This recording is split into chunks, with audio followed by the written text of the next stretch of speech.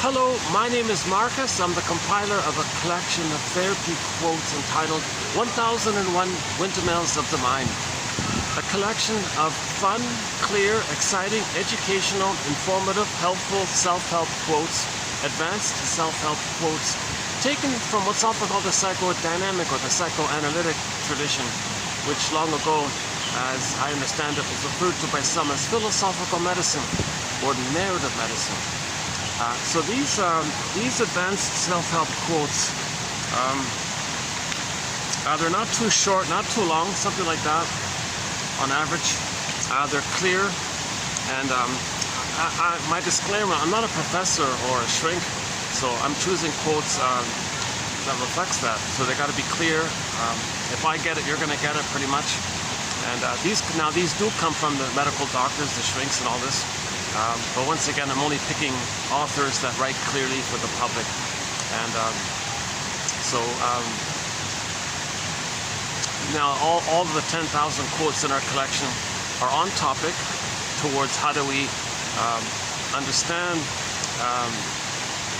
how we responded to trauma. If we can understand that relationship that took place and how we responded, and how we felt about it, the images we created around the blueprint we created, and how we're sort of stuck there, kind of thing, called unfinished business. Because in normal development, the child needs to feel safe to know himself. If he doesn't feel safe with the mother, he's not going to know himself. That's called unfinished business with the mother, and that can lead to dysfunction afterwards. Oh yeah, you're going to see me distracted here today because it's Sunday. It's one of the busier. It's quite busy today. I got guests, tourists and guests all around me. When the tourists move on, I'll show you the salon here. Due to the heat, everybody's indoors, but once in a while someone braves the heat and comes out for a minute. I've been doing many of the videos here at this nice venue. It's a historic kind of place. For the local area here.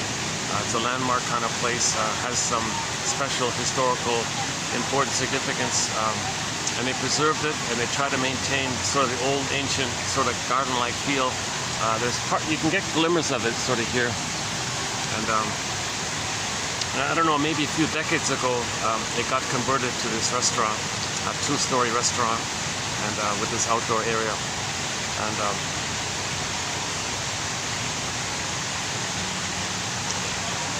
I've talked about the venue in previous videos here. Truth is, I'm not really having, I'm having a bit of an off day today. I might not be speaking as smoothly as I'd like to be. This happens once in a while. So you'll see more of my anxiety in that case.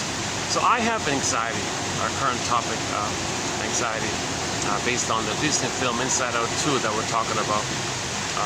So yeah, there's a trailer for the new Disney film called Inside Out 2, the sequel to the original, back done in 2015 by Pete Docter. Interesting name, eh? The guy's name is Pete Docter. I kept wondering, gee, maybe growing up in a family where everybody has a surname of Doctor, and your father's name is Doctor, and your mother, and then your grandparents, they all have the Doctor name. Maybe Pete felt kind of some kind of subliminal kind of association there. Gee, are we supposed to heal people? And sure enough, he became a soul doctor. Pete Docter became a soul doctor when he created that Disney film called Inside Out. And 9 years ago it came out. And we talked about it a fair bit in the recent videos here. So I'm not sure if I'll redo it here, but maybe I'll do like a brief discussion of it. And then now, 9 years later, the sequel's coming out he's not involved actually, but his assistant in the first one is involved. So hopefully they kind of preserve the general spirit of it all. We'll see how it goes. I'm posting this video in April of 2024. Inside Out 2 is going to be released in June of 2024, so 2 months from now when I'm speaking here. So we only have the trailer, and I've been talking about the trailer in recent videos. So it's very interesting because at the trailer, we see who runs the console. Anxiety. So the protagonist is 13 years old, okay, like a whole transition. What you knew about being a child, everything is familiar. Now there's like the sudden transition to the adolescent world, so that things are new. It might be some anxiety that way, plus anxiety because you're going to be reminded of unprocessed fears from the past. So you're getting like so-called realistic normal anxiety about unknown future things. But a lot of anxiety, most of our anxiety comes from being triggered of old fears that we didn't process in childhood. Now those old fears are immense. It's called persecutory anxiety. They're way more, they're very intense. It's in the survival area. And then let's see. Yeah, he's approaching here. Let's see. He's gonna turn around. I'll give you a glimpse of the star here. Oh, he's going the other way. All right.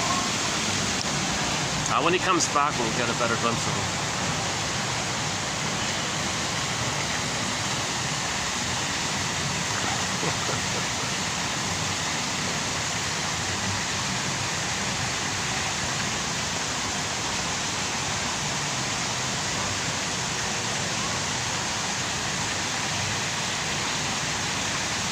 Yeah, so in the Disney film too, according to the trailer, anxiety is going to run the console. So as a teenager, there'll be fears about the future, and you're not really clear what's going to happen in the future. So there's like a normal, kind of regular, so-called quote-unquote normal anxiety, and then you can prepare for it and be reasonable about it. But we often, at the same time, simultaneously, from the realistic present anxiety, not much you can do really, right? So, but from that experience of what the future is going to be, so to speak, how you relate to people, how you're going to do your work, how you're going to perform at school, and how you're going to, if you're going to be a musician, if you have stage fright, or just the future of development. So she's going forward in her development like that. So there's kind of general unknowns that we all have in life, right? But the issue is these little unknowns in her future life.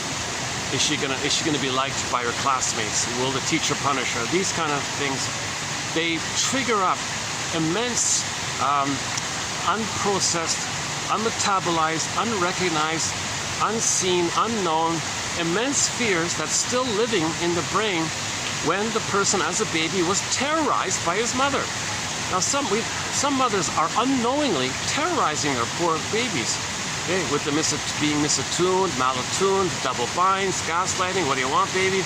And mother's frustrated. Her mother has her past that she's dealing with, and maybe she might even shame her own baby to replay what had happened to her, so that she can know what had happened to her. So she's casting the role of her own baby, making her own baby a proxy of her, of when she was a baby. Okay, and then now she recreates and relives that interaction that she had experienced herself when she was a child. So new situation, she plays the role of the shaming mother, gets her own baby to play her from back then, and just replays the thing. And now the positive intention, it's meant for the mother to know how she was treated. Because in trauma, we repeat so we can know what happened in the past. We're trying to get our story, we're trying to metabolize, we're trying to symbolize, trying to create narrative medicine. That's what this is all about. We put words to things. And that's like validating, that's accepting, that's understanding it feels safe, and then you can let go of the past, so to speak, and come into the present. So you need that narrative medicine to that end, right? So some others I'm calling it oh cunning tale. Some others, oh cunning tale, are using their babies. Some others might use the baby and enjoy the oneness that she creates with the baby. The baby has initiative. The baby has autonomy. Mother says, "No, don't leave me. I don't want to feel separation anxiety. Just stay in this oneness with me like this." Child says, "No, I have my own thoughts. I'm unique. Everybody's unique." "Oh yeah, baby, really? Well, if you have your initiative like that, I withdraw my love. Oh no, don't do that, mother. I can't live without you. Oh, very good now." So the mother rewards the symbiotic regression because she enjoys the blissful feeling of being one with somebody. And she's using her own child as a mother for the past that's missing in her life. And so that's called rewarding regression. It's a symbiotic regression. And she punishes autonomy. And that's an oh cunning tale. She's using the baby. That's called childhood parentification. She's parentifying the child. Oh cunning tale. Sometimes mothers do what's called showing up the mother. Some mothers want to show up, their own mother. This is a tough one. This is a hard one to get. When that mother herself was a baby, she had to comply. She had a deep need for harmony and a relationship with her mother. And the baby, so that mother as a baby herself would do anything for her mother. She'll give up her development. She'll comply to the mother's needs. And so she'll say, fine, mother, you want this? Fine. You want this, mother? Fine. You don't want me to be autonomous? Fine. You want me to say, be one with you? Fine. You want me to do what you say all the time and respond to you and think you're amazing? Fine. I'll do all the things that you want, because the baby's trying to have a harmonious relationship with his mother. He needs secure attachment style. He's trying to please his mother. So the baby sacrifices himself towards that end. It doesn't work, of course. So while the baby's saying, fine, mother, I'll do what you want. Okay, there's a self-help book entitled, Do I Have to Give Up Me to Be Loved by You? So a lot of babies are in that mode. They'll give themselves up. Their development, that's called arrested development, stunted development, developmental rest, fixation. They'll do all that in an attempt to please the mother, save the mother, cure the mother, make the mother be a happy mother, do whatever the mother wants, please the mother, accommodate the mother. Because the child is seeking the natural harmony that's supposed to be there, initiated by the mother. The mother's supposed to provide this blissful oneness for the child. But the mother's saying, sorry, baby, I can't give you the blissful oneness. You give me the blissful oneness, because I never got it. Okay, mother, I'll try to save you. So the child will comply in his end. And we'll talk about this point maybe we'll get to maybe I'll talk more about this point in this video. Let's see how it goes. But the child says, yeah, I'll do everything you want, mother. And secretly, he's angry. And secretly, he says to himself in the back of his mind, I'm going to show you up for this, mother. I'm going to show you up for this. That's his kind of vindictive rage kind of thing like this. So that's the key. That's a hard point to it's a hard point to kind of talk about and to conceptualize.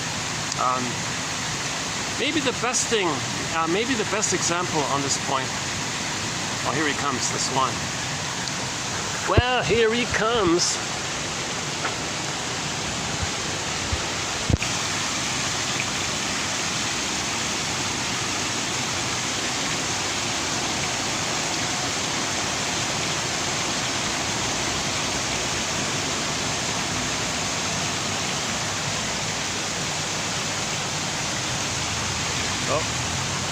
Okay, let him have his meal there. He's hungry. Hungry bird. We're in the sun here again. Oh boy. Okay, I have this ongoing issue with the heat, doing this in the sweltering heat. It's 45 here. I mean, with the heat index, it's 45. It's in the high 30s with the regular temperature. But with the heat index, the humidity and all this and dust, they say, it feels like 45. That kind of thing, 46 maybe. So I want to get, so my give back for my normal anxiety in delivering these videos, and plus my interruptions and things, and awkward lighting, maybe the sound isn't the greatest. So is that the quotes are posted below. If you click the more link, you'll see all the quotes below. So we have 1,000 videos here, 10 quotes on average per video. There's your 10,000 quotes, and hopefully 1 out of 10. Somebody will find useful, and that can be somebody, that could be any person's own personalized, selected for them, tailor-made for them. You tailor it for yourself, your own 1001 windmills of the mind. Okay, so that's it's strengthening the ego. It's helping you to give its theory. Now these are not perfect answers. These are like clues, trying to be a detective. Like Judd, like the show Judd with the Defense, being a detective like this. So yeah, once again, there's no set answer here. Everyone's got to piece it for themselves. Everyone's got to identify how they feel about each quote, make a note of it, and then say to yourself, what does this quote remind me of? Go on and free associate a little bit. That's helping to make the unknown more known, unconscious conscious, where it was ego shall be. The more you can make yourself conscious of yourself, of you, which you didn't know prior, then you're reconnecting with yourself more and more. And as you do that, you're moving towards wholeness, healing and wholeness. The less you know about your authentic self, your real self, the less you know, then there's a pain like that. So you got the real self that's frozen, petrified, turned to stone, unreal, like Snow White in a glass box. A popular image for trauma is Snow White is in the glass box sleeping like that. Or a character becomes a statue, or a character's frozen, or Miss Core gets pulled down, or the golden ball goes down, or joy and sadness gets zooped away, and so on. And then yes, you go through life with the false self, the adaptive self, the as-if self. You create a personality bundle. You bundle up a bunch of defense mechanisms around the loss of your true self, package it up or call it a personality style or something, and you go through life with that. So you can go through life with that, but something's missing. And as you go through life, there's a gap like that. Just intuitively, there's a gap like that between your false self and your true self. That's a pain like that. So there's a book called Healing and Wholeness. The more you can get back your authentic self, meaning your home within, your embodiment, your sense of self, your ontological self, the more you can come from your inner home like that, the more whole you feel, the more healed you are. Healing and Wholeness, John A. Sanford. Whenever I say John A. Sanford, I mean the psychology guy who wrote Healing and Wholeness, not the other well-known one. Oh boy.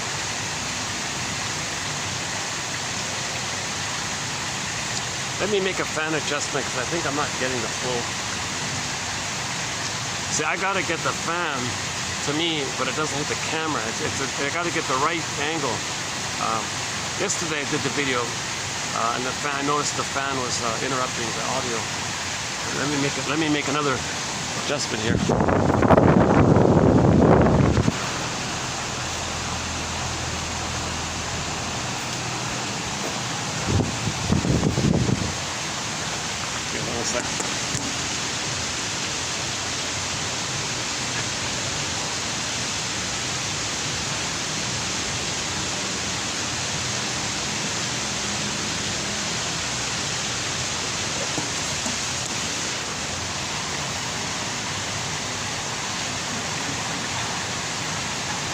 Okay, hopefully the fan, hopefully the audio is still okay. It's a work in progress to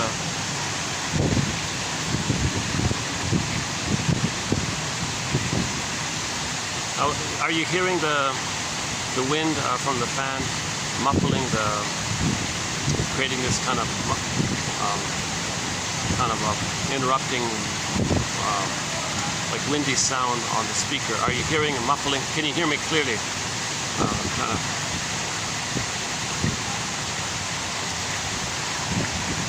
See, if I do it like this, you're hearing it, right? For sure. Now you're hearing it, right? Now how about here? Are you still hearing it? Okay, let's do this then. Hold on a second. Let's try this then. Well, let's just try this.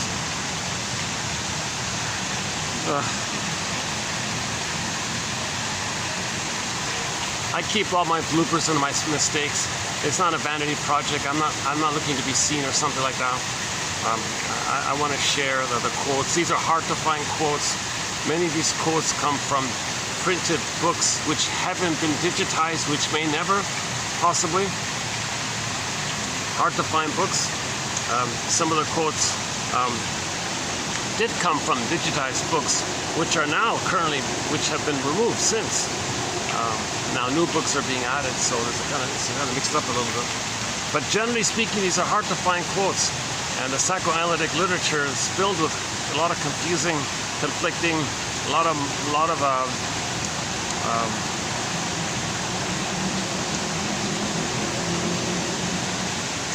there's a lot of publications, and they're not all very clear. Some of it's just some people trying to feel important with their jargon. Some of it's just people are doing it for personal reasons. They're trying to process themselves, or they want to feel important themselves. And there may be a kind of a willingness to publish a lot of fluff to confuse people. So there's a lot of muck. What I'm trying to say is a lot of muck. I waded through all of this muck, let's say, and plucked out the top 10,000 clearest insights from the psychoanalytic perspective. So people like James F. Masterson, Karen Horney, Melanie Klein, William Fairbairn, Margaret Mahler, Althea Horner, Dorothea MacArthur, James Grotstein, Thomas Ogden, Guntrip, Solani, Rinsley. Okay, the list goes on. Recently, Arthur Janoff, made a huge contribution. Arthur Janoff. He's sort of in the middle, Janoff. He's sort of halfway between the self-help area and the shrink area. He's sort of in the middle like that. And we did 26 videos of this work recently. It begins with TQ 2745 and it goes to 2770.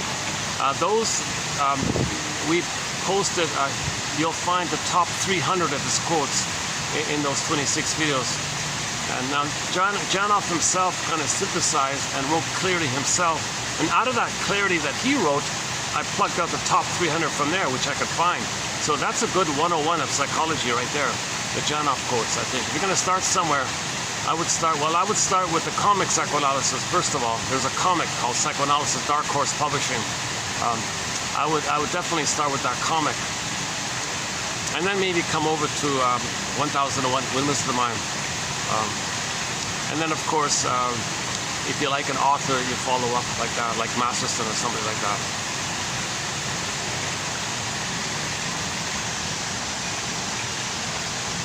It's going to be unique for each person, right? I notice a lot of people begin their second journey in midlife by studying the Enneagram. It's sort of like it's sort of like an easy model of personality types. And what's appealing about it is it points out that when someone feels safe, they adopt the characteristics of another Enneatype. When they feel stress, you move along the line and you adopt the characteristics of another Enneatype. So you got 9 dots around a circle and various lines connecting them, and we move along the lines. And then if you're generally, let's say,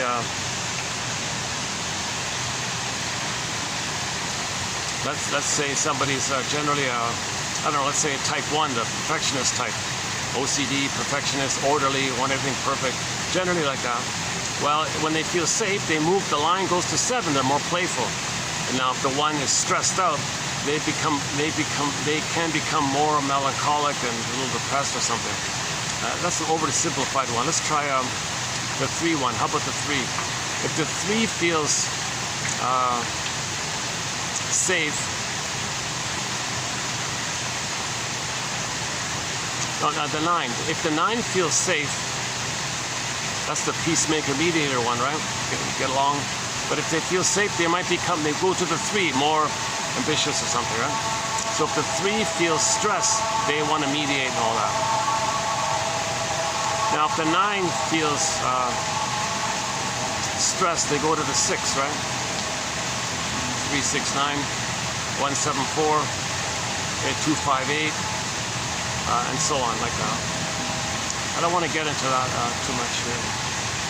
But anyways, the point is that when you feel safe, you move along a line and you read the characteristics of that type. When you feel stress, you move along the other line and you read the characteristics of the other point. And it's not bad, it's not perfect and all that. A lot of people start as an introduction to psychology, Helen Palmer, the famous wisdom book by a guy named Riso and Hudson, I think. The blue book. Helen Palmer's books are good, they're clear, yeah. The one about love and work, I think is good. Helen Palmer. It's just an introduction to psychology. However, or the codependency literature, you know, Melody Beattie and all of them.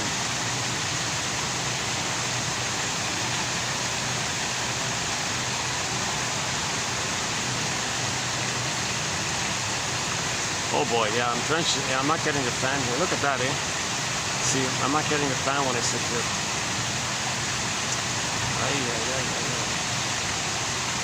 I gotta make another adjustment here. Hang on a second.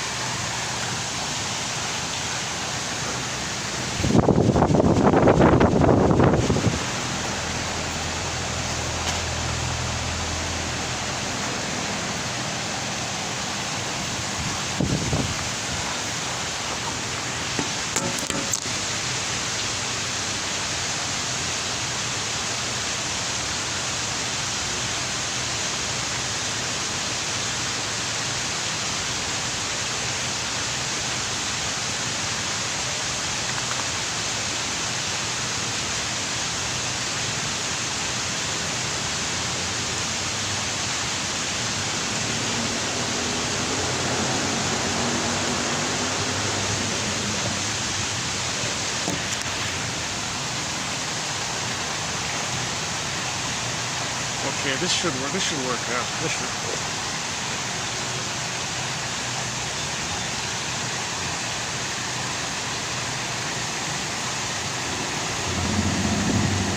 Healing and wholeness. Yeah, okay, healing and wholeness.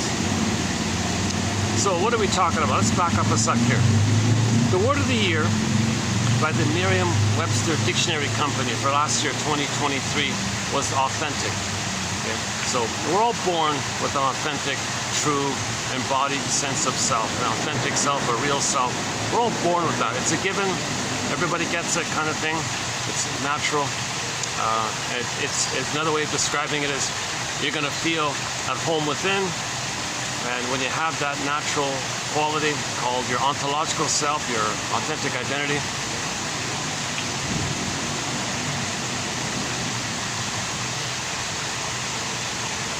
I'm just noticing some of the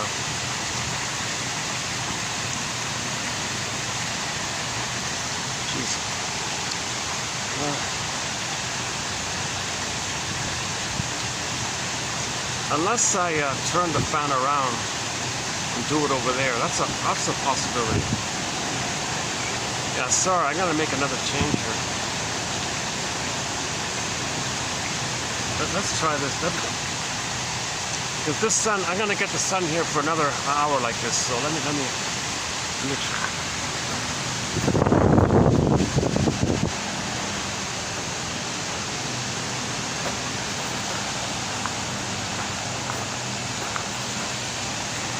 What if I sat here? Let's try this. What if I sat here? I can turn the fan around. Yeah, I'm gonna have to do this. Hold on a sec. Oh, let me check the battery. Oh, the battery's draining on me again. Oh, jeez. This might be done in 2 parts. Oh boy, oh boy. This past week has been a real logistical, technical gymnastic course for me. Yeah, it's plugged in, but it's not charging it. You know.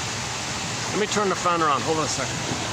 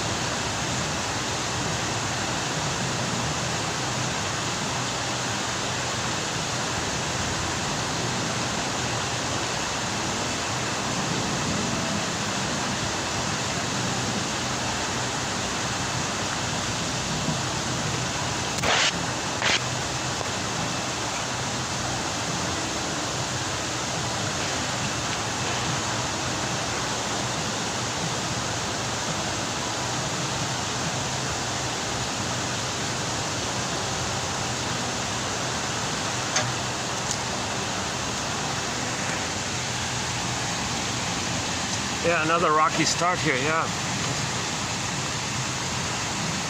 So most likely you're reading the quotes by now. You probably, if I were watching this, I'd say, oh my God, I can't watch all this anxiety.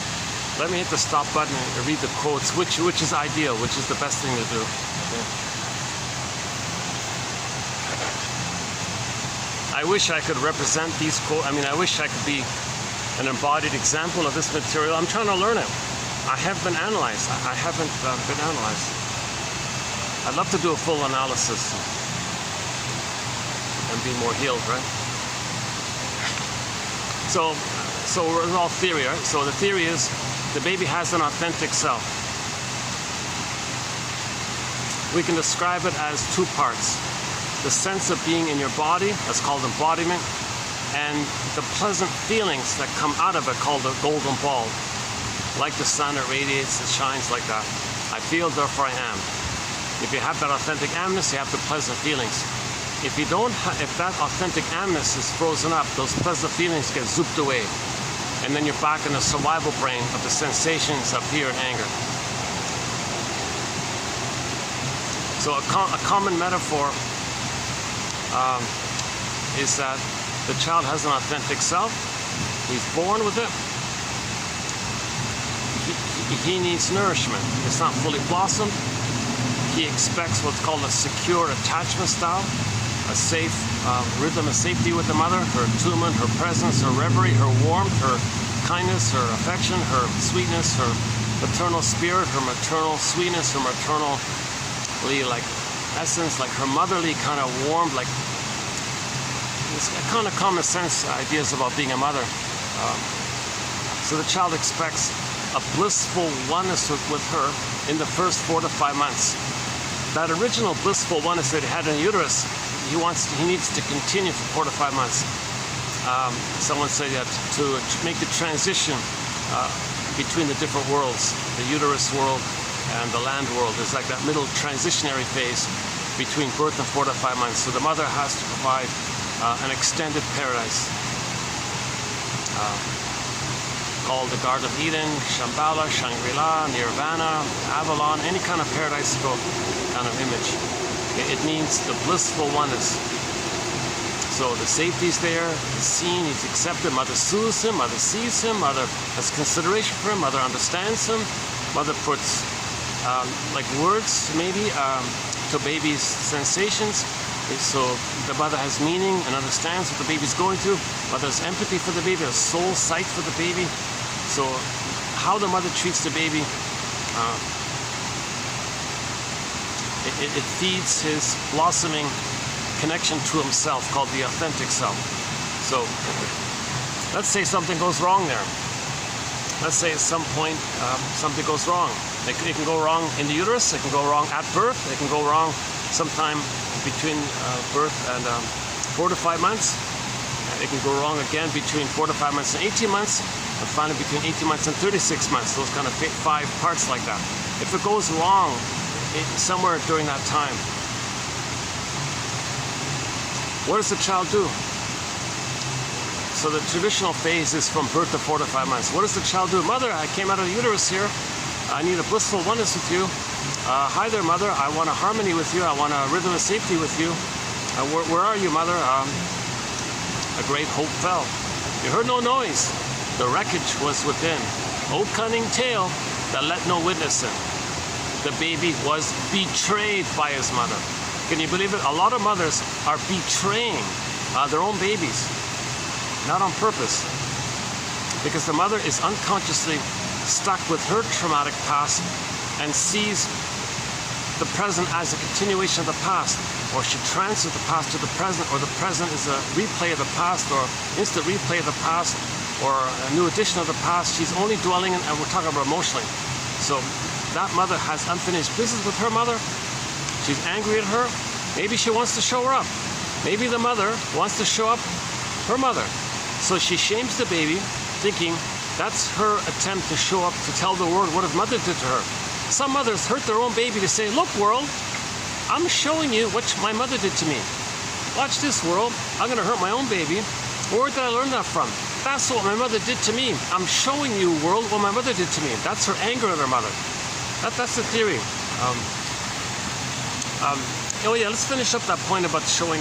Go to Judge for the Defense, the legal drama. Unfortunately, there's no DVD.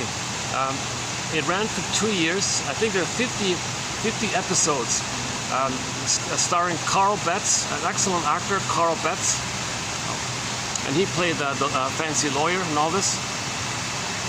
But he was psychologically minded. We learn psychoanalytic thinking by that show a little bit. Because in most episodes, the key to solving the mystery was a little psychological insight. That's what's unique about the show. Now, recently, those 50 episodes, somebody managed to get them up on YouTube. The quality's not clear, old VHS or something, a little shaky, little glitches here and there. But for the most part, you can enjoy the show. Great theme song, boom, with the bass drums, boom, boom. Judge for the Defense. How's it go again? One of my favorite TV show theme songs is "Just for the Defense." It begins with it's got horns and the drums. I forgot how it goes. Anyways, if I remember correctly, the very first episode, something about a teenager issue.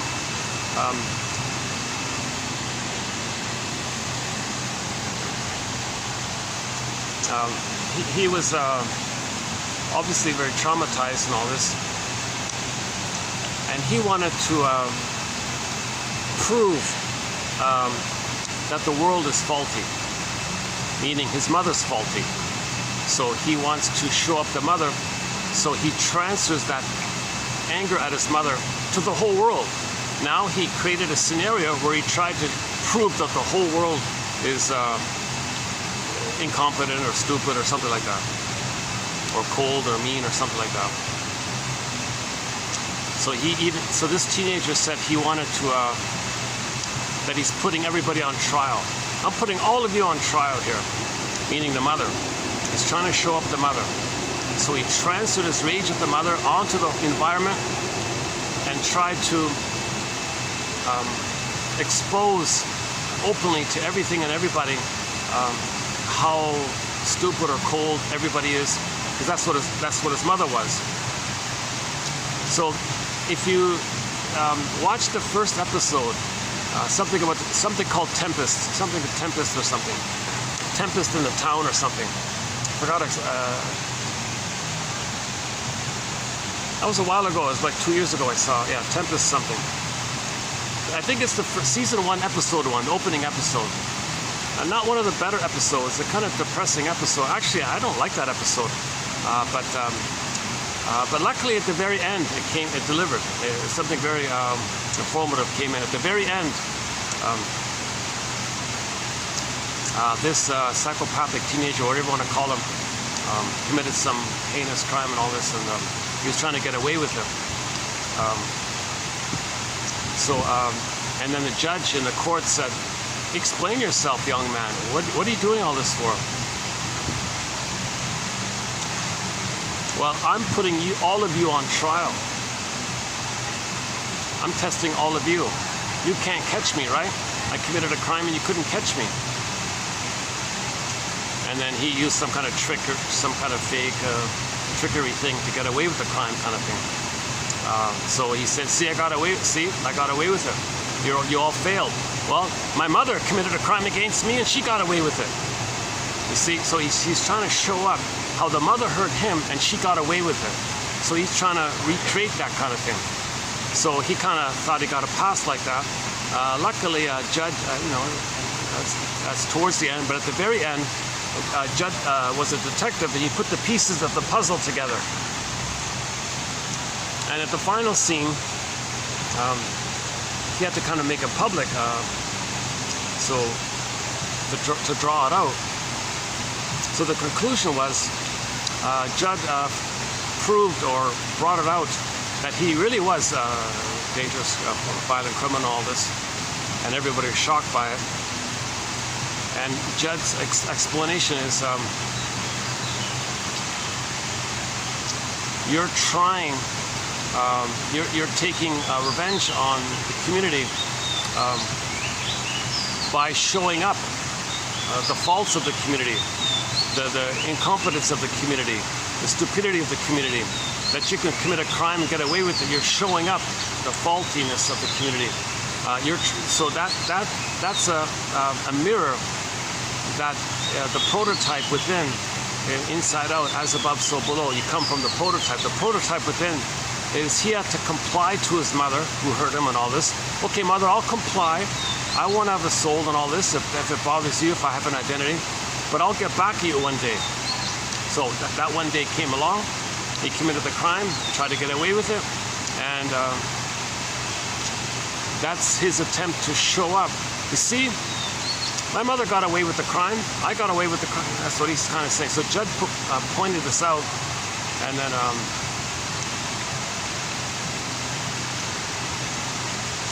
I'm still struggling with how to fully grasp it. I'm kind of in the process of trying to because the reason this came up because the author we're going to talk about today, Miss Izette, what's her name? DeForest.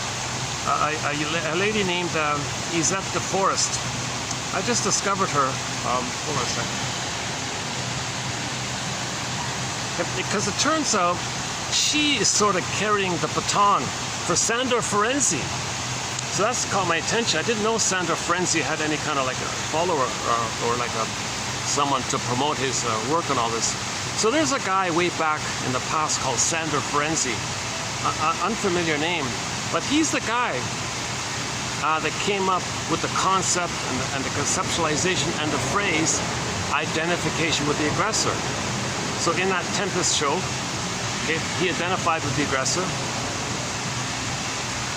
who committed a crime against his soul, saw the community as innocent,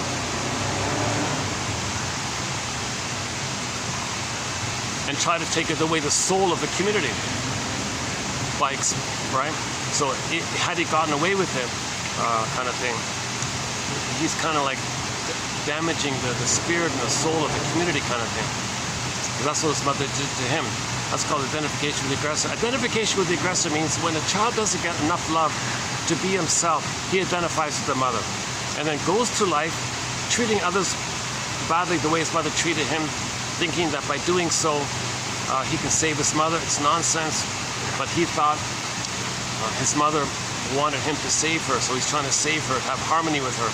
And he thinks if he can save her by mirroring her and being symbiotic with her, maybe one day in his brain, in his fantasy, mother will change, be a loving mother, provide the love, so he can know himself. So he didn't get a loving mother, so he'll try to fix her with the fantasy that one day she'll be healed, she'll change her ways, provide the love so he can know himself. It doesn't work. Of course it doesn't work. But that's the blueprint created in the timelessness of the timeless brain like that. That survival brain doesn't know time. That crocodile brain doesn't know time. The lizard brain doesn't know time. The salamander brain doesn't know time. So we have three brains. The earliest brain is called the timeless brain, the survival brain. That part of the brain doesn't know time. The famous triune brain, the brain with three parts. Okay, the three-in-one brain. We have three brains. The earliest primitive one called the survival brain, which doesn't know time. Then the mammal one, the feeling one, the body one, okay, the chimpanzee brain, the monkey brain, and finally the human cortex, the thinking cap, the left side, the neocortex, the first, second, third, like that. But when the baby's traumatized, the memory goes into the amygdala area, the brainstem area, the survival brain area.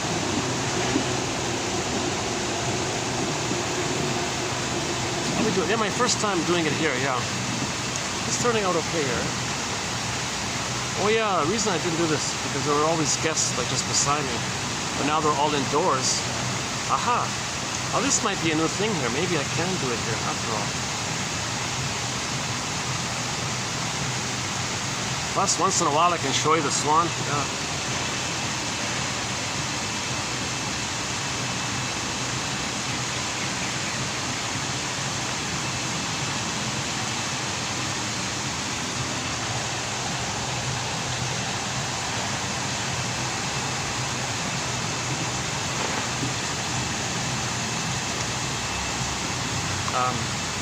Yeah, I'm having a rough start.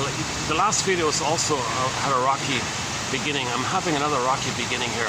Jeez, I got to think about that. I got to get back on a smoother path here. A lot of very good videos done lately.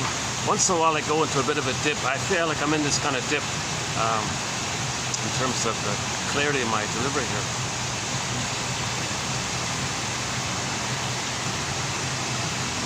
So let's back up a sec. The word of the year by Merriam-Webster for 23 was authentic. So the child has his authentic self, the embodiment and the feelings, the pleasant feelings by it. Now, if the child's needs don't get met, he wants to protect his authentic self. So the mother's terrorizing him, now punishing him and hurting him. His real self can't blossom under those conditions. So he decides to protect his real self by putting it into cold storage. He'll freeze it up, put it in an ice box, so to speak, and then hide the ice box down a tunnel, down a cavern. Go I know not, okay, one fairy tale is called Go I know not whither and bring back I know not what. The metaphors Our authentic self is far from us. And it's not fully animating, it's not fully alive. We don't feel embodied. And if you don't feel embodied, you're not going to make sense anymore because you don't have your sense of self, which you have when you have your authentic self.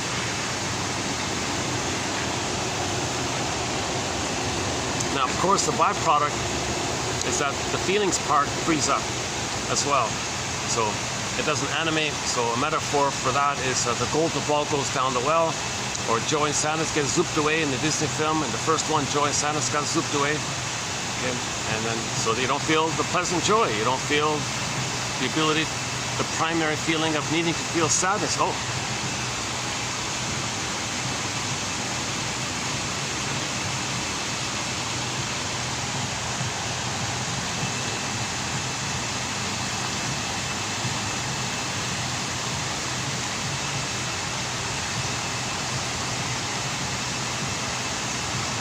You know, it's possible that bird is grieving because his buddy, that swan's buddy passed away recently. I got a feeling he's grieving because I've never seen his feathers scattered in the water like this that I'm seeing now. And he's behaving a little erratic, I noticed today. So that bird's grieving. I think he's grieving.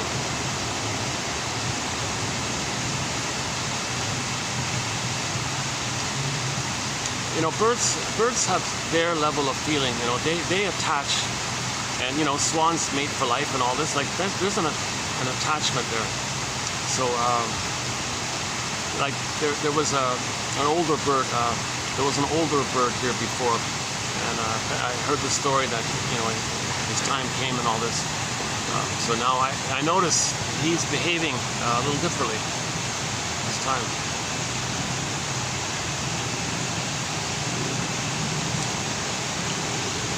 You know, he's not gonna. His physiology will react, like his biochemistry will react. He's not conscious of it all, but his body's gonna react to the loss. So he might feel stressed by the loss of his partner, right?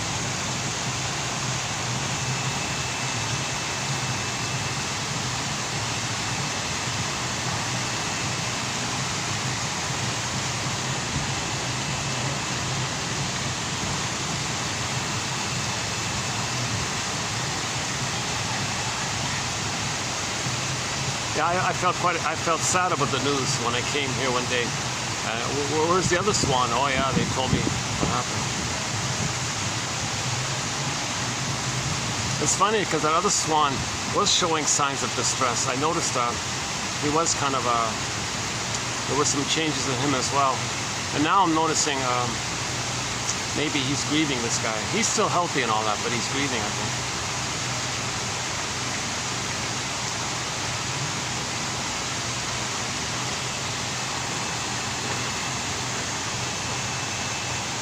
Plus, he's sort of facing the spot where the other swan would always sit, as if, like, where are you? Like, I miss you or something. Like like the way he's sitting now. He's facing the very spot where his buddy would always sort of hang out, kind of thing, and always sit. So I think he's like, where are you? Where are you? Kind of thing. I'm here, waiting for you. Maybe it hasn't sunk in yet. Maybe he doesn't realize fully. Maybe he expects him to come back or something. Maybe there'll be a delayed onset of the recognition of the loss by the physiology affecting him. But his body knows. His body knows that his buddy's not there.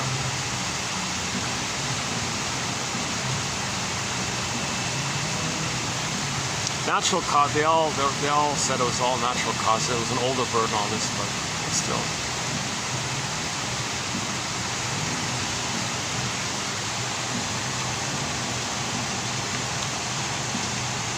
Yeah, truth is, I am feeling kind of sad today. Just before coming out, I don't want to talk about this. Just before coming out, there's a video of a poor guy. He had to wade through the rubble of a building, and two little kids were crushed to death in the building, destroyed and all this. And as he's trying to pull out the dead children, their bodies were rigor mortis. They were like stiff, like cardboard, like that. And you can see the children like one was like 6 years old, 6 months old or something. No, one was like maybe 6 months old. The other one was maybe like a year old or 8 months old, something like really young ones. And it was kind of sad because he kind of to pull the crushed to death children, babies, like little children like this. And the guy was trying to pull them, and you could see the body was like totally stiff. So they just died, and the rigor mortis set in. I was in tears by this,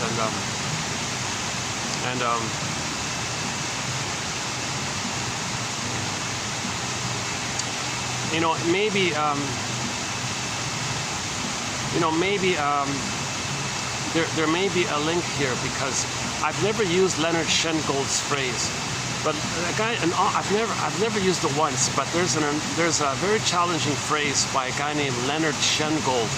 He's got a book entitled "Soul, Fill in the Blank." Now, if somebody's soul is that, it may be someone doing that is saying, "Well, my mother did that to my soul," so they recreated bluntly, overtly, as a communication, that's what happened to their soul. Like, see, we create prototypes of what happened, and we're trying to communicate it, we're trying to repeat it, we identify with the aggressor, do to others what was done to us. So those little children were purely innocent. Those who did it were innocent once upon a time, and the mother did that to their soul. How do you communicate that? How do you show up your mother? So they did these unspeakable things, because the mother did unspeakable things. It's an unspeakable crime for what's happening to so many babies. Don't remove the baby from the mother. Don't remove, unless there's a truly desperate, dire medical thing, don't remove the baby from the mother. That's what's happening. Don't remove the baby from the mother. Leave the cord, leave the placenta, hand the baby to the front, to the bosom.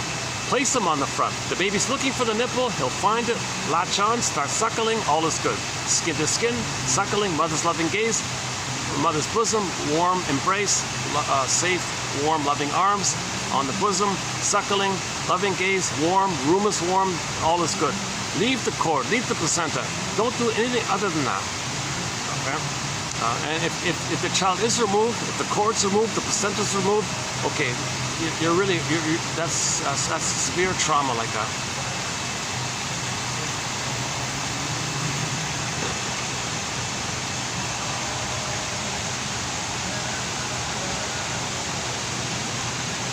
So back to this showing up, so maybe we can link it there.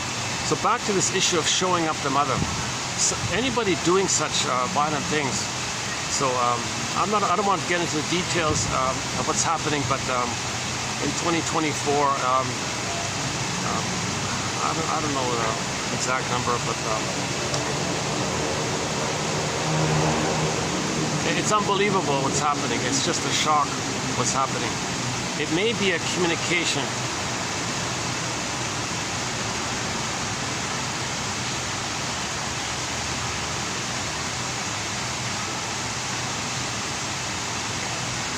Of exposing what had happened to them and what the mother did to them. It may be some kind of non-verbal way of communicating what happened to them. So we have amnesic memory. We don't have words for it. We communicate it by our action, by our doing. It's called acting out, kind of thing. Yeah, I'm feeling a little triggered and sad just thinking about this topic here. I don't really talk about current affairs. With the one exception of TQ 2725, part 3 of 3, we do a thing called the 48 symptoms of Homo traumacus. It's based on inside out, as above, so below kind of thing. Trying to link up biology, psychology, and sociology. So there's a whatever you want to call it, at least it's some attempt to link up the three. Because ultimately, I think one shrink said we've got to link up the three. Physiology, psychology, and sociology. You got to somehow have a unified picture of it all, and that's sort of my preliminary exploratory effort in that toward that end. It's got a lot of work to go. It's all speculation. It's not even counted as a TQ quote. It's just something I'm kind of doing on the side. I did a sort of a very brief, abbreviated version of it recently in 2805 part 6 of 6, was it that one? I did sort of a reduced, condensed, abbreviated one, but it wasn't fleshed out. I still prefer the 27-25 one, part 3 of 3, the 7.5-hour video. I felt like there's a little more substance to it.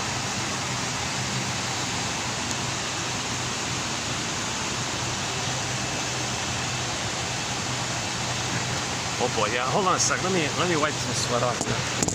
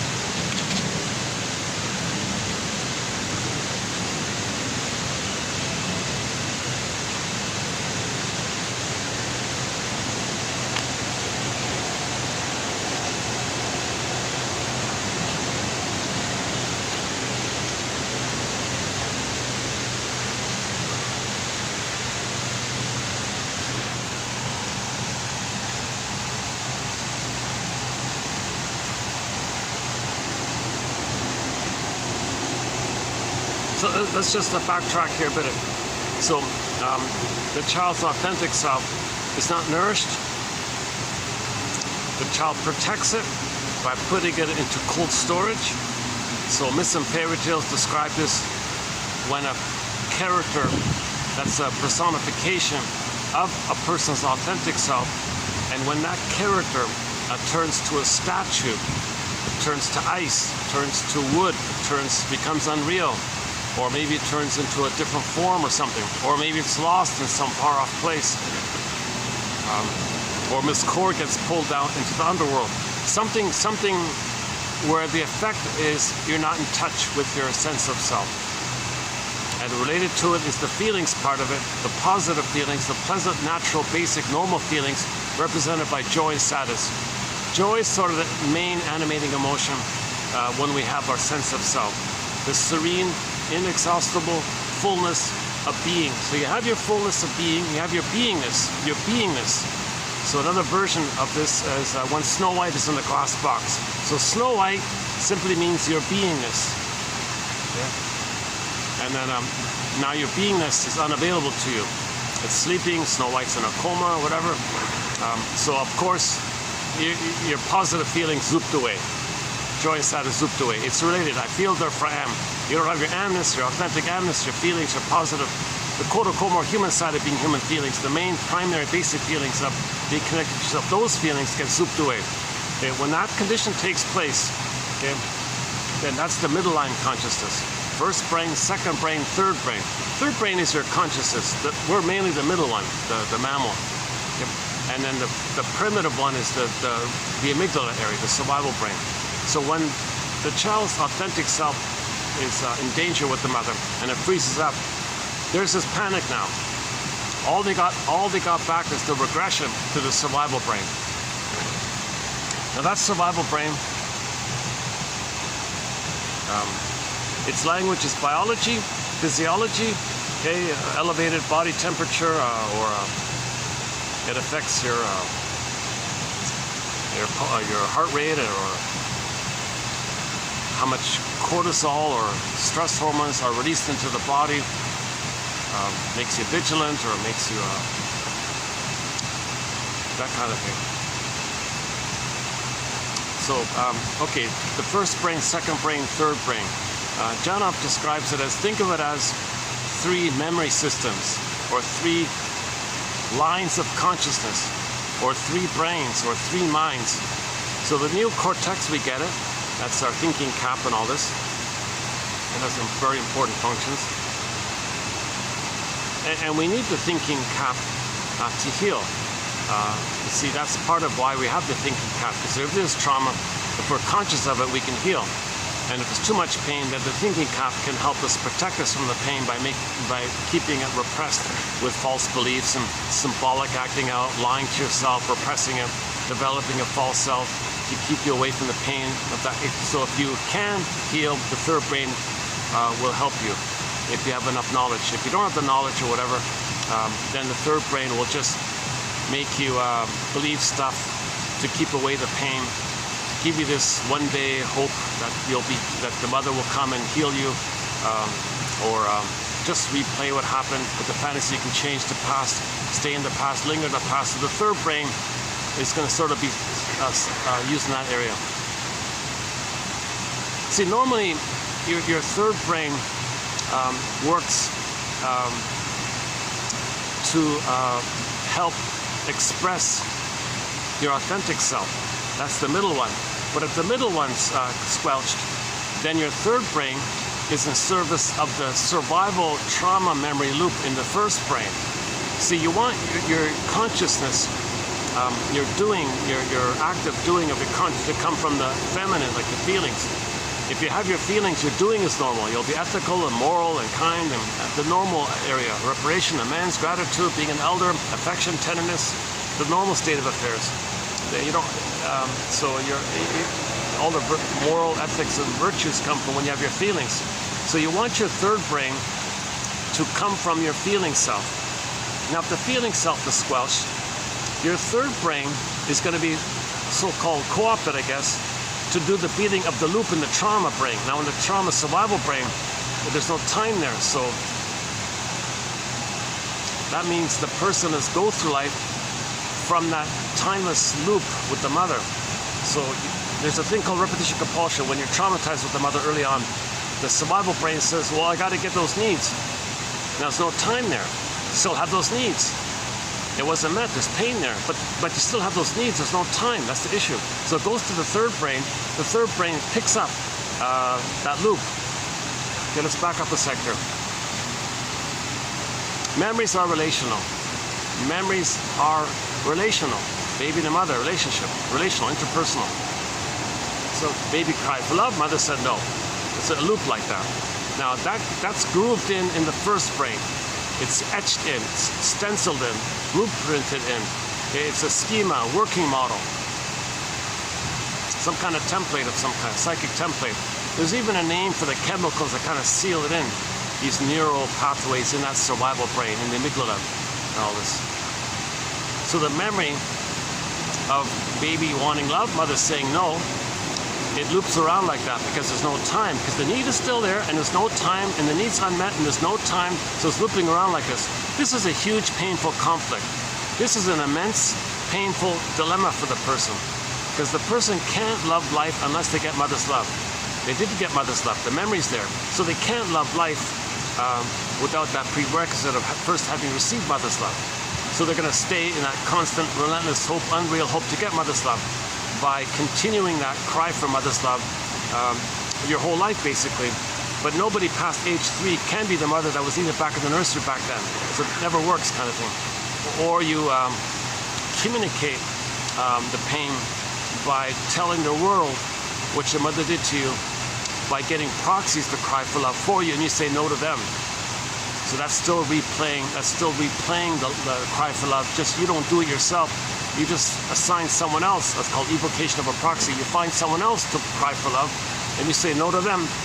That replays how you once cried for love. Your mother said no to you. Like, it makes more sense to directly ask somebody to love you and be refused. It's kind of parallel. It's kind of direct like that. But to see someone else being you crying for love, and you just say no to them, how is that going to change what happened in the past? So it's more disturbed like that. It's more. They call it perverse or psychotic or something like that. It's more disturbed. It's just more twisted somehow. It's a defense mechanism.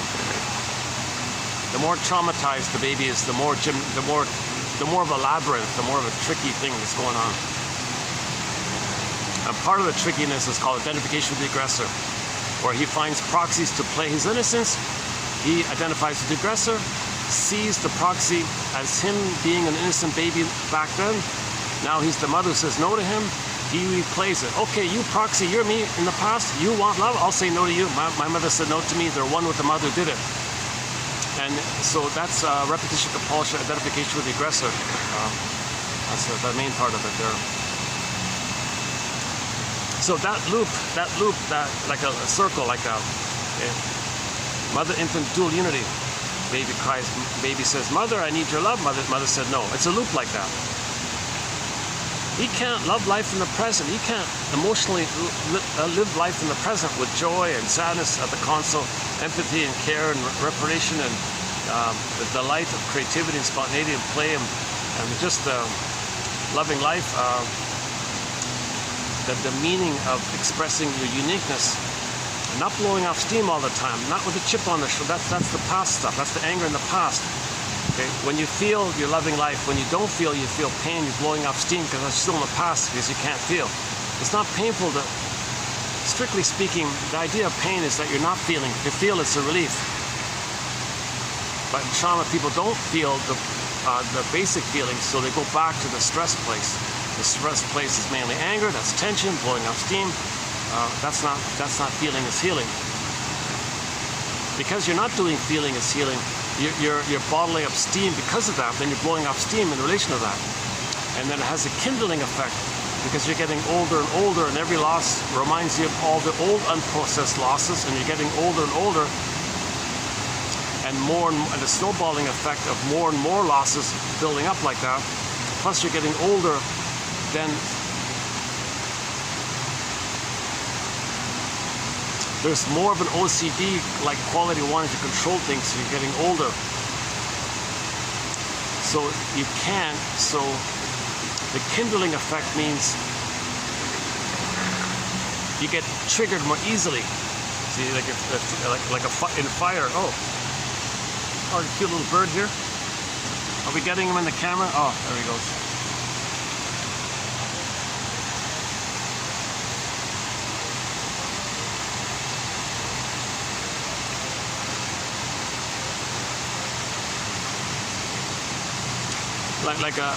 If you're at a fireplace and you burn some hardwood, it takes a while to burn it.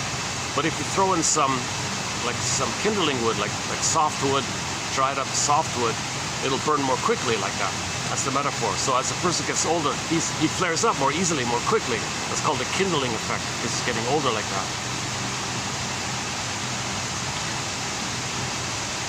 It's a combination of factors. He's getting older. There's more grief he wants to defend against. So there's more of a need to not experience loss, to trigger all the past unprocessed pain and losses. But he's getting older, so he's going to be more of a micromanager, because he doesn't want any little losses to trigger all the bigger losses. Hence the kindling effect. Yeah. Okay. So that's an important thread we have in our collection called complicated grief. A part of it is the snowballing effect and the kindling effect, which makes people become curmudgeons and bitter grunches and grinches and all those grumpy characters, the Scrooges and all those kind of characters. Grinches and Scrooges. You always feel like you're in eggshells around them.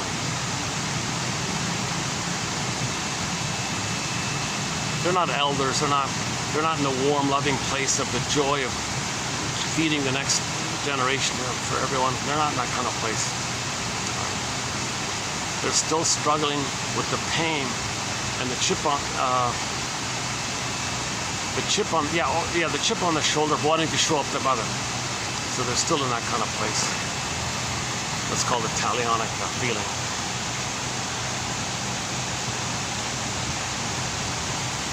Get back at the mother. So the world's the mother, getting back at the world, getting back at the mother. So they may have this kind of talionic, vindictive kind of quality to it.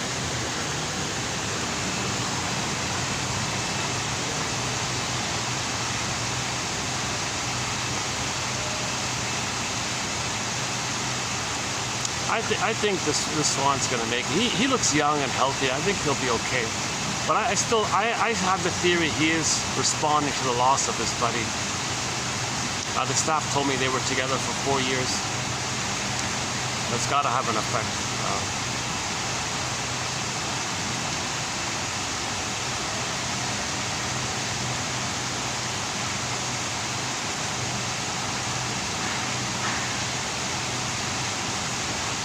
there's got to be some kind of a, if birds like that bond for life kind of thing, there's oxytocin, right? And if their partner's not there, oxytocin there'll be withdrawal of that, right? So he'll feel stressed by the loss of his partner. So he'll have some kind of physiological, even though he's not conscious or aware of it, he can't talk about it or something, but his body will respond to it. Oh.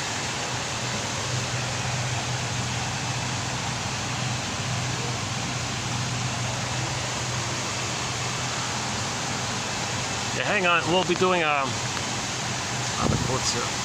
Oh, it's kind of nice to have the swan just right in my front of my view here. This spot is not bad. Yeah, let's just stay here for the time being.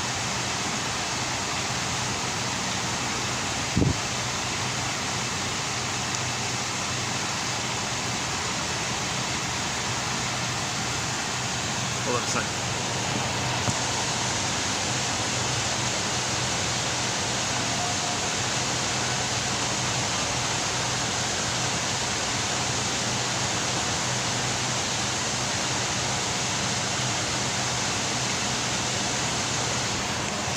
Oh, the battery. What about the battery? How's it doing? 78 to 73. It's draining quickly. Based on the last experience, I only have 3 hours on the camera. So let's see if we can keep this within 3 hours. Yeah. Okay, so the person's authentic self is frozen, lost, unavailable. The pleasant feelings, the golden ball is lost as well. Okay. Because of that pain of not having your home within, you feel homeless within, you feel empty within, yikes. Okay, Emily Dickinson, there's a pain so utter, it swallows substance up, and then the person goes in a swoon. Okay, that means when the baby's in pain, his brain is going to release endorphins. That's called the swoon, this numbing kind of effect on a person. One comedian said, I don't drink because I was born drunk. That kind of thing. So when there's trauma too much, he's flooded with endorphins, and it may be kind of set like that. So he's always a little dreamy a little bit in life. So he feels like he's just going through the motions of life, sleepwalking through life, feeling that life is passing him by, feeling that he's living the unlived life, the provisional life. When does life begin? He's going through life and all that, but something's missing. He's in this trance, more or less. It feels like a bit like in a trance, more or less. So that's the swoon Emily Dickinson talks about. There's a pain so utter, it swallows substance up. Okay, that's Miss Core getting pulled down into the first brain. Okay, first brain, second brain, third brain, zoop, first brain. And then from the pain of that, they go in a swoon. Remember, the pain is you don't have your feelings, your identity, your sense of self, and your feelings from your sense of self. So there's a pain of losing yourself. There's a pain of like that. It's a psychic pain, it's an emotional pain, it's an inner pain. To numb you, to protect you from all this pain, your brain sends you endorphins. Similar to the gazelle running in the field, and the lion maybe takes a bite out of the leg of the gazelle. And the gazelle doesn't want to admit the pain. He can't know the pain so the brain sends him endorphins. So he's not aware of the pain. Not being aware of the pain, although he is in pain, but not being aware of it, allows him to deny the pain, which allows him to keep on running. That increases his chances of survival. Sure enough, the gazelle escapes, licks his wounds, and all is okay. So it's traditionally considered a way to survive, right? That's one theory about why we're getting these endorphins. It allows us to keep going, kind of thing.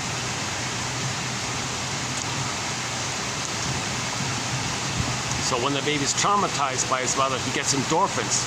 So humans are kind of like wounded gazelles,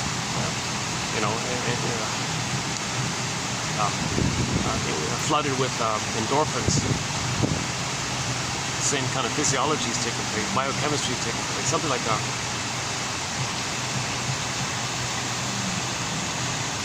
Please tell me the wind on the fan is not affecting the... Let's do this stuff.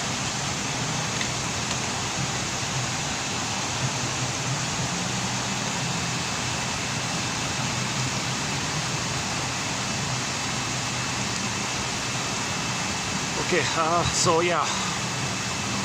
So repetition compulsion. The baby now has an inner conflict. He didn't get his needs for a secure attachment style. He can't be himself because of that. But he still has those needs.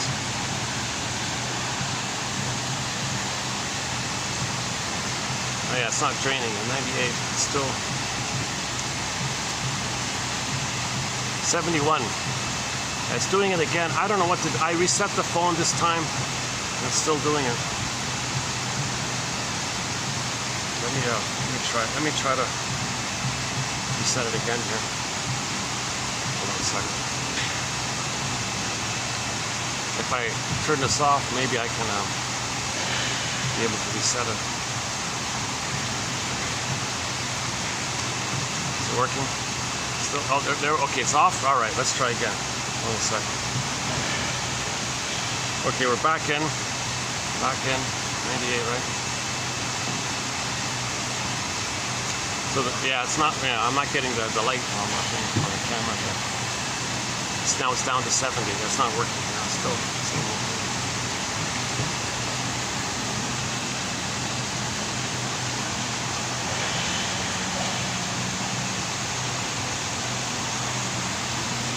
So imagine this loop, this memory loop.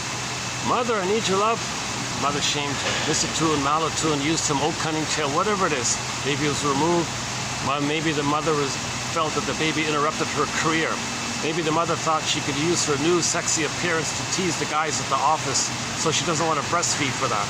Oh cunning tale. There's a whole long list of the various ways mothers are betraying their babies. It's hard to believe, it's hard to say it. I don't know, a lot of people don't want to admit this painful truth, but the mothers themselves were betrayed. It's called the transmission of intergenerational trauma. When those mothers were traumatized themselves as a baby, they identified with their mothers, see their baby as them, and do to their own baby what the mother did to them, because they're replaying that cycle. So what's the cycle? The original cycle is the baby cried for love, mother said no. This loop is in the brain, it's grooved in the survival brain. And the person's energy feeds into it. The life force, the energy is cathected or so-called invested into this loop. And it's kind of powerful like that, hence the idea of the iceberg metaphor.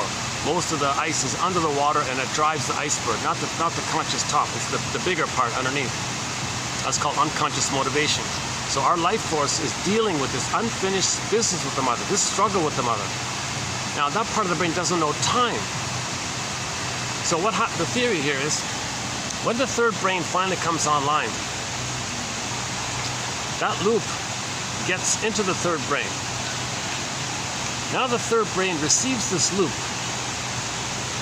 and the third brain is going to be driven by this loop, but the conscious brain doesn't know it. Like it's going to be pushed to follow this loop, and it doesn't know why or for what or why it doesn't know anything. So, but it's going to be driven by it. Bergler calls it the puppet master now. So we're the puppet master to this puppet master. We're the puppet to the puppet master. This energy in this old loop, it becomes the puppet master, unconscious motivation. So the third brain is being given this kind of cycle. What's the cycle? Well, cry for love and get refused. Recreate it. See somebody in the present as symbolic mother.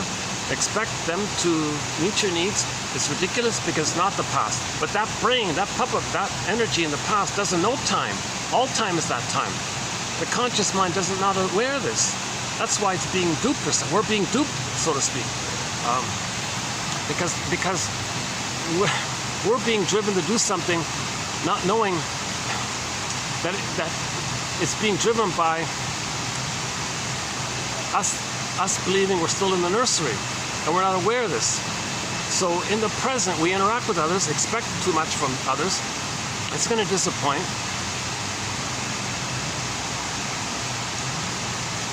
Okay, but it's timeless. So do it again. Timeless. Do it again. Timeless. Do it again. Timeless. Sisyphus. Repetition compulsion. So it's unreal. It's relentless. It's a 45 record. So Bergler puts it this way: every neurotic is a music enthusiast, but he only has this one record. Imagine this loop being grooved in on a 45 disc record. He carries this 45 disc record with him everywhere he goes. Every time he sees a turntable with never-ending fiery ardor, he spins off that tune. So in the present, he has only one record. He doesn't love life. He doesn't see life in the present. He can't love life. He doesn't have an authentic self to love life.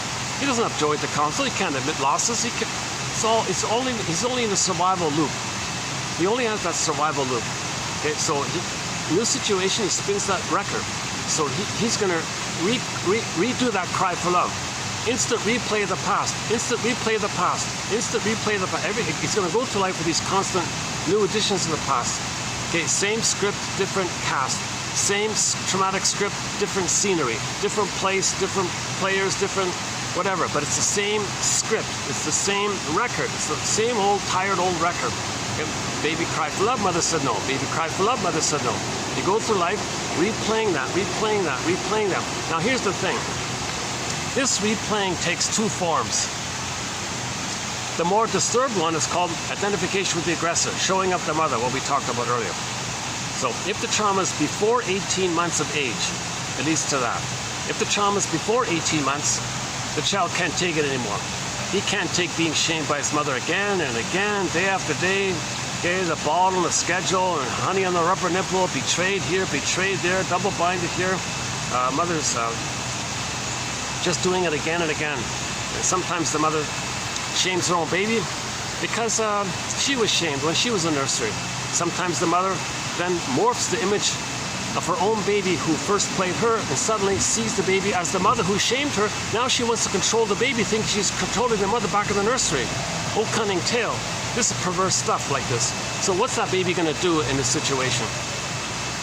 Mother, okay, fine. I got to have harmony with you here. Fine, I'll give up myself and I'll be just like you and I'll do to me what you did and I'll do to me what you're doing to me. Okay, mother? Whoa, that's a real disturbance like this. That's called neurosis. So if the trauma takes place like that before 18 months, how is he going to do this? How is he going to go through life being the mother who shames himself? Because that's the template. Mother shamed him. He's now the shaming mother who shames himself. How is that going to work? How is he going to shame himself and at the same time fight with the mother to try to change her to get mother's love? How is he going to be the shaming mother who shames him and fight with her? How's that going to work? Enter scapegoats and proxies and all this stuff. Murray Bowen's theory about family systems theory and the emotional triangle theory and all this. So in the new situation, okay, so somebody who's traumatized before 18 months is going to develop one of the stinger personality patterns. The narcissistic pattern, the bully pattern, Iago pattern, lower functioning BPD pattern, some of these criminalic ones. Obviously that guy in the Judge of the TV show one, those kind of more disturbed ones. We don't really cover the criminal area too much. Out of my zone there. We only have a handful of codes, like the one mentioned earlier by the Judge of the Defense show, the first episode, the Tempest one, or something, the Tempest in the Town one. That's hard to understand someone like that. That's, maybe that episode is just an over-the-top extreme exaggeration to make the psychological point that on a milder level, a lot of people are doing. See, in shows, they exaggerate things so you can see it more clearly, right? Like a cartoon, you see it more clearly, so they exaggerate it.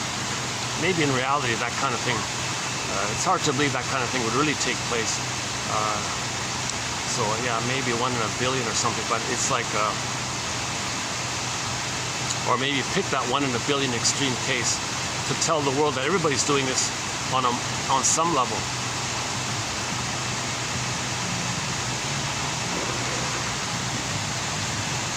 Like on some level, we're covertly trying to communicate our anger towards the mother. So, okay, trauma before 18 months leads to one of these stinger personality patterns. The bully pattern, the Iago pattern, lower functioning BPD, narcissist. Now the narcissistic pattern, the various types. The cookie cutter exhibitionistic one that I'm familiar with. Okay, the voyeur one. The clinging vine one. The turtle one, and a few others, okay? And there's a whole topic on describing these various narcissistic types, but they're also stinger types. The commonality with all the stinger types is survival anxiety. So if they're in survival anxiety, They're not in a place to feel their own feelings or feel your feelings. No self-empathy for themselves, no empathy for others. They don't care. All the jungle slogans we hear, my greed or your greed, either or. This whole mentality comes from that kind of place. They're coming from the place when the baby's nursing with the mother and the mother's hurting him. He's in survival anxiety. Like, come on, mother, feed properly here. And he's struggling in this battle in the nursery like this. So he's not in any kind of place to care about the feelings of his mother if he's angry at the mother. He's not in that kind of place. For example, if the baby bites the mother's nipple, let's say, he has no understanding or appreciation the mother might be in pain. He's just trying to survive. He doesn't care about the feelings of his mother. Imagine that as the prototype of where singers are coming from. When they do things that are hurtful to others, doesn't register. They don't care. They're in survival anxiety. They feel justified to get mother's love, and the effects on mother. They can't think about empathy for self or others. They're only in survival anxiety. That's why it's nicknamed the crocodile brain, the salamander brain, the reptile brain. So those are the singer personality patterns: lack empathy, or they don't apologize. Their slogan: never apologize, no regret. Don't be vulnerable. Don't make an I statement, don't share, don't be intimate, don't be trust, don't be honest. So a lot of morbid lying, pathological, they're constant liars, constant, endless pathological lying. They do a thing called the BPD mind, which is now you see me, now you don't, hull of mirrors, catch me if you can. So they'll flip, blame, twist, accuse, endless tricks, endless variety of rhetoric, propaganda, trick, because they can't just blame you. One of the tricks is if you say something, they'll act like they just said it. That confuses you. That's how they survive. Or they'll pretend that you said what they just said. And they can confuse people like that. So they can always, they're psychotically neurotic or neurotically psychotic. So Grotstein talks about this phenomenon. Go to the BPD quotes recently by Grotstein and Lawson. Christine Lawson and James Grotstein, sort of the main. And another Judd one, yeah. Oh wait, another Judd. What's the name again? Judd and McGlashan. That's a good one. That they have relational PTSD. So the relational PTSD, that one. About the relational PTSD. Judd and McGlashan or something. McGlashan, I think. Judd and McGlashan, I think. That's a very good quote about relational PTSD. And the Grotstein one about the amalgam of the fusion of the interpenetration between the schizophrenia mind and the normal mind, and you blur it up, intermingle it, and it creates like a new synthesis, like a new amalgam, and allows the person a steady way of lying, never being vulnerable, never being caught. Catch me if you can. So it's like an impulse, like it's a survival impulse to lie, blame, flip, accuse, twist, make up, forget, play that they forgot, actually forget. They might actually forget if need be the case.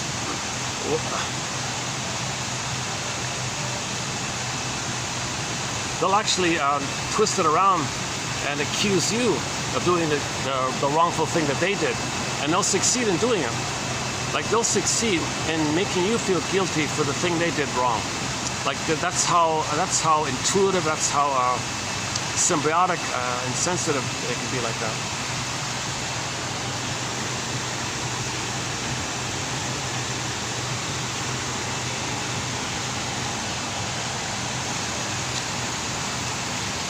You know, I think the shade is returned to my spot there. Let's go back.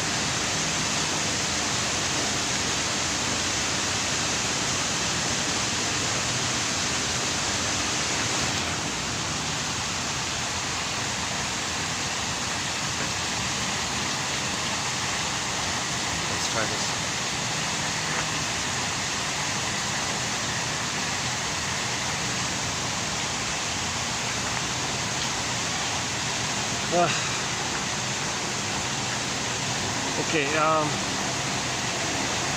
so the stinger personality patterns, they go through life with that one record. It's the cry for love.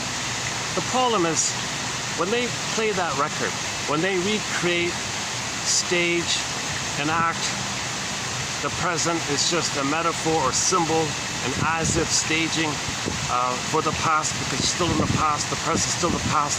The present is called the presenting past, or an instant replay of the past, a recreation of the past, a recreation of the past, a reenactment of the past, because your emotionality is still there. So you're going to distort the present to fit the traumatic script. When the stingers replay that record, okay, they don't do it directly anymore. They can't play themselves anymore. They give it up. They give up on their soul. They give up on the quote-unquote human side of being human. They give up on the authentic self, the true self, the real self, the feeling and trust and tenderness, and the more quote-unquote human side of being human. They forget about like the thriving and the being your, like thrive, like the creative and expression of your real self, and the intimacy and feelings and the mutual love and that kind of more human area, like quote-unquote more human side of being. They kind of give up on that. They're just stuck in the survival brain. They're driven by all the issue is their energy is driven in the survival brain. The amygdala is flared, whatever it is, EAS, enlarged amygdala syndrome, whatever it is. So in the new situation, how do they play that record? How do they play that record when they've already identified with the aggressor and the record says mother hurt them? And how do they fight with the mother in their ongoing attempt to change the mother? Because ultimately they got to get mother's love. So how do they do it? Shall I compare thee to an onion? So first, they'll find someone else. The mechanism is called evocation of a proxy. They're going to evoke, like create, okay, give others an identity. So they'll find someone else, whoever's in front of them, basically. A non-threatening substitute other, whoever's near them, whoever they're interacting with. Oh, check it out. All right. Can you see the cat there on the fence? Let's see. I don't know if you can see him. Hang on a sec. Where is it? Oh, he's gone. Oh, cool. Yeah, there's a huge cat walking along.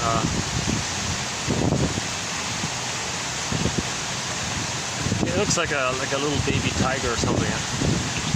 A full adult, an older adult cat. He just leaped down.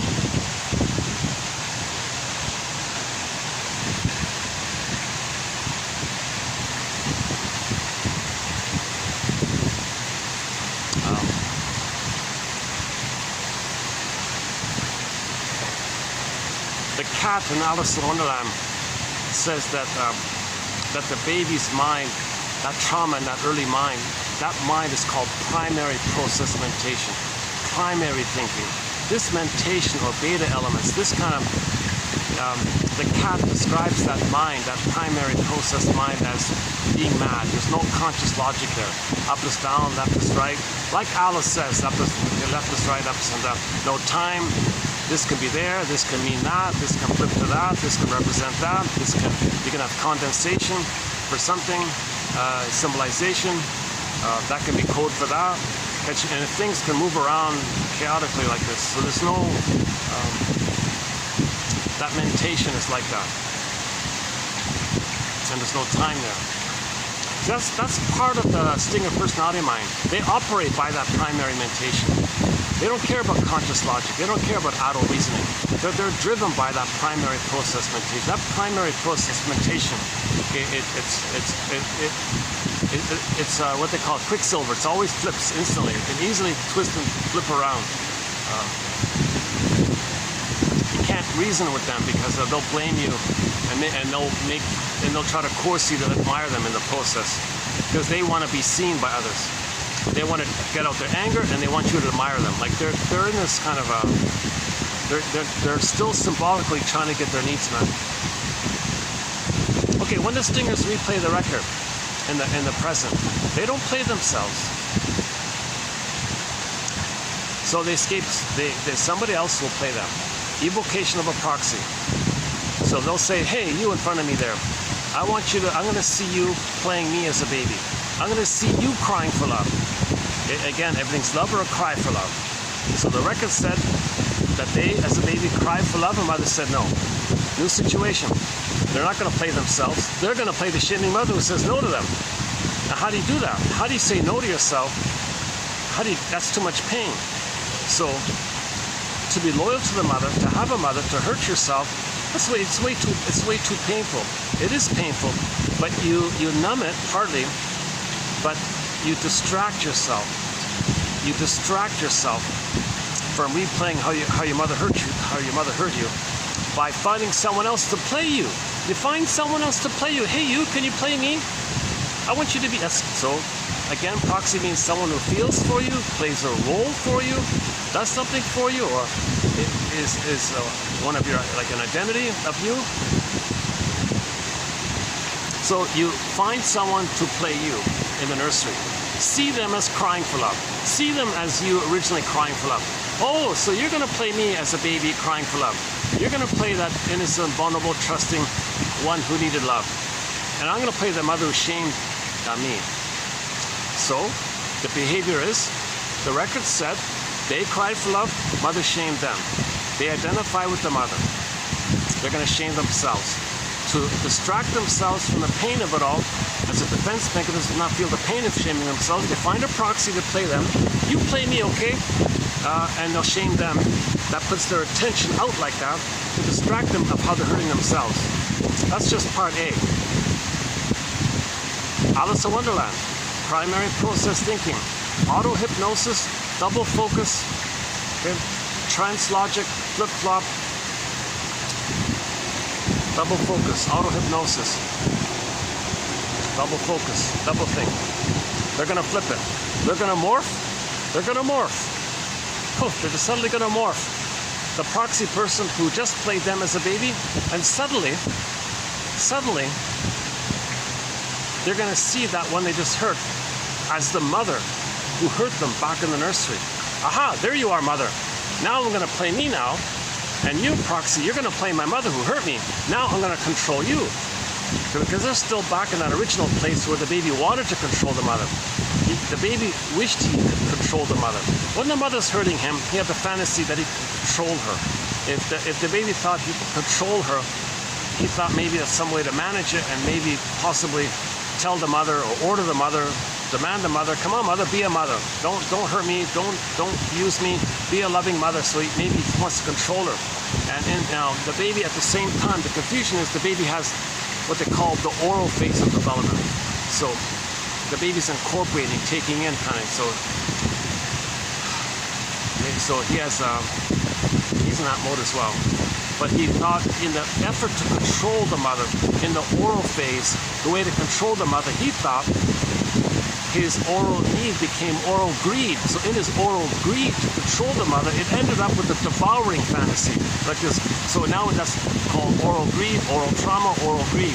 So he thought if he is going to be like a hungry wolf to gobble up the mother, maybe that's a way to control it somehow. So it's just fantasy. See, that's the fantasy. At the same time, it's too much to notice. So he projects his traits of rage and oral greed and thinks the mother is a hungry wolf. So he feels like a hungry wolf, believes the mother is a bigger hungry wolf. So he's in this real struggle like this. So you can imagine the battle going on like this. The battle in the mind like this. So the ultimate goal is the baby needs mother's loving. They need harmony. The baby wants reconciliation. The baby wants a positive relationship with the mother. So he's trying to get that. He's trying to create that. The mother's kind of stubborn, and her replaying of her trauma. The baby's saying, no, mother, don't replay your trauma from the past. Could you please be a present mother in the present? I'm your baby in the present. I need your love. Don't replay your trauma with your mother, with me. Come on. Could you stop this intergenerational trauma? So the baby's trying to persuade the mother to be a mother like this. Okay, so back to the record. So in this situation, the single personality mind first finds someone else to play him. They see someone else as them, crying for love. They're the shaming mother, so they shame others. This is usually with their negative humor, dark humor, put down humor, all this bitter banter, all this witty, subtle digs like this, all this verbal shards, anything that's hurtful to others, okay, because it was hurtful to them. And they're the mother, and they've identified that the mother who hurt them. So when they see others, they shame them, say bad things about them. Okay? That means now them means them. They projected them onto them to distract them of the pain of being themselves. So they find another to play them to that end. Now as they do this, they are one with the mother, they're loyal to the mother, they're saving the mother, they have a good feeling because they're one with the mother, they didn't lose the mother, they have a mother. So to have a mother, they gotta shame themselves. So they find a proxy to play them and shame the proxy, that's how they have a mother. It's a trick like that. That's part A. Part B, auto-hypnosis, double focus.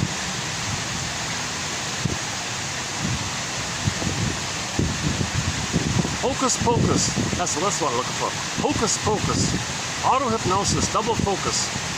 One college professor talks about double think. His article is called Hocus Pocus, double focus, that one.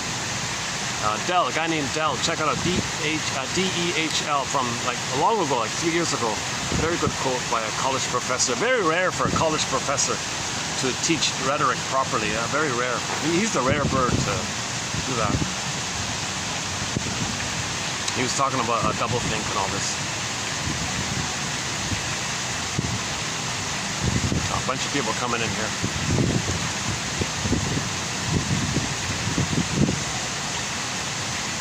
I kind of got the best. It's funny about this spot. People, for some reason, people don't. Oh, the fans, they don't. All the fans are at that end. Yeah, okay. I don't think people realize this is sort of a special request. I got the fan here. Right? Maybe people don't realize. Oh, plus the noise. Sometimes the fan in the back is noisy. For whatever reason, people don't really come to this. Don't use this corner spot, but it's, I think, the best seat in the house right here.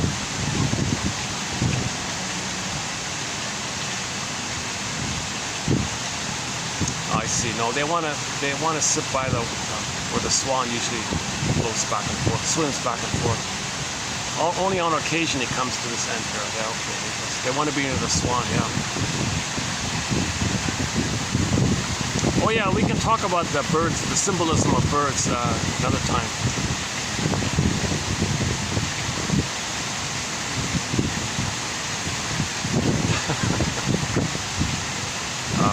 Edmund Berger's colleague, a guy named Ludwig something.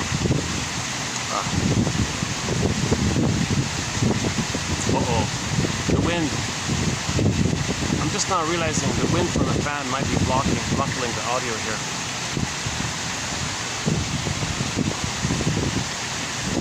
How did that happen? Hold on a second. I gotta move the fan again. Hold on.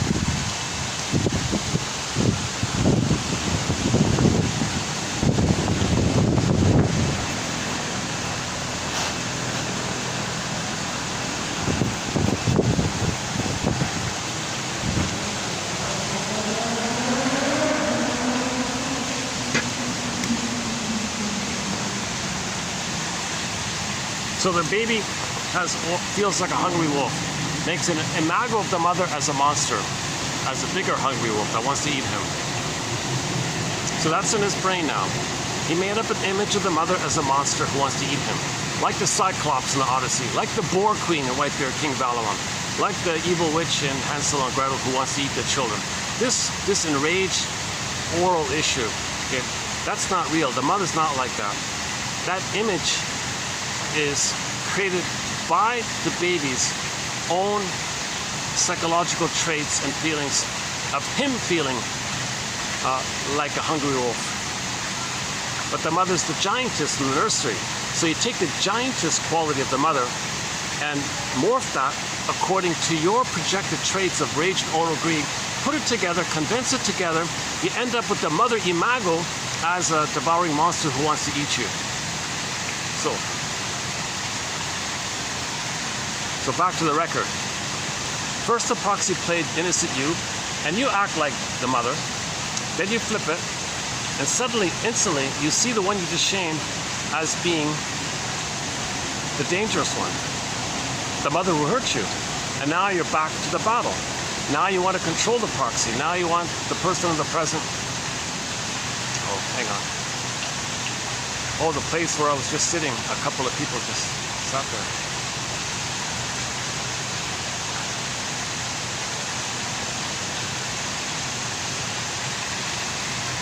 Hold on a second. Maybe I can move down a bit.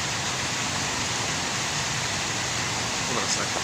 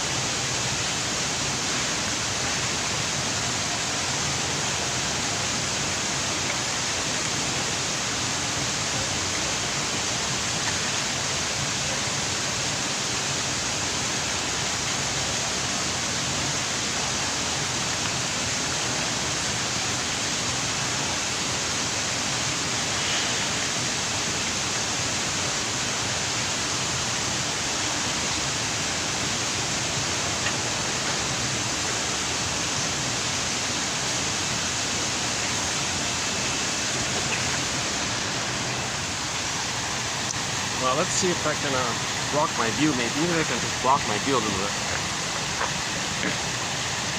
That's kind of distracting. Let me move down a bit. Yeah. Hold on a second.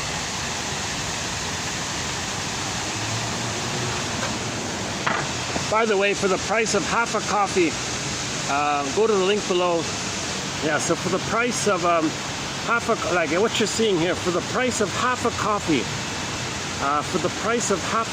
One can get this encyclopedia on their iPhone. The link is below.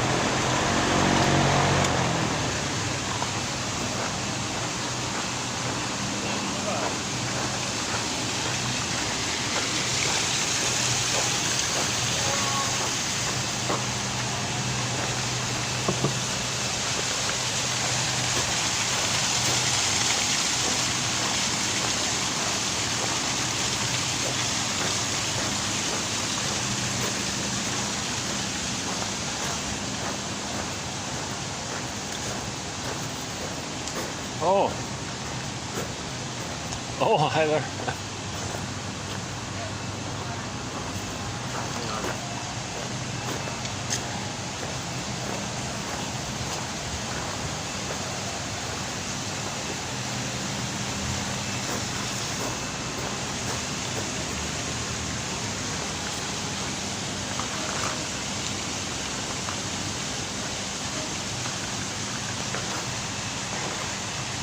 Try this stuff.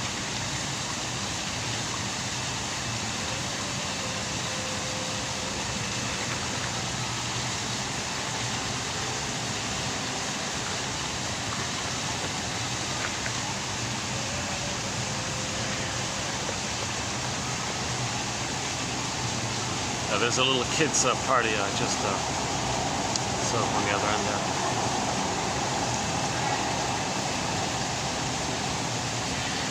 Well, I lost the fan, yeah. That's too bad. How's the battery? Let's see. The battery's at 57%.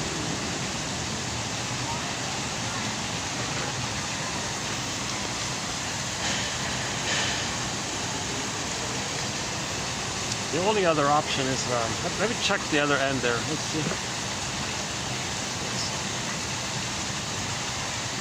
One second.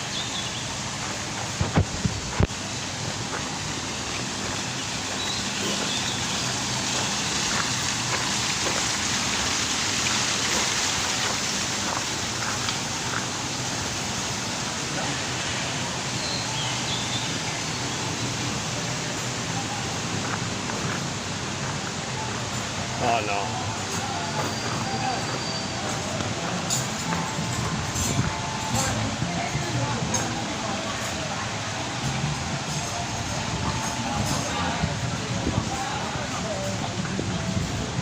Oh, well, since we're here, yeah. There's our star here. There's the grieving swan. He's grieving. I believe he's grieving. You see, and the feathers look different too. Yeah. Oops.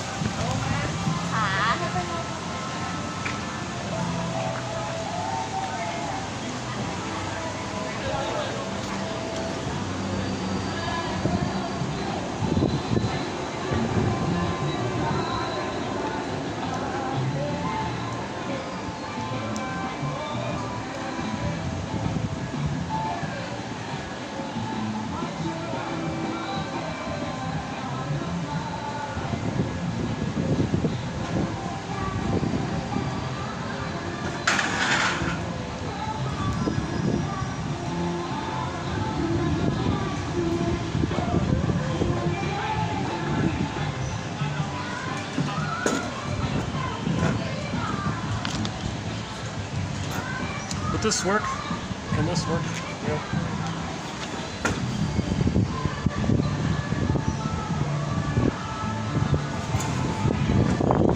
Well, let's see.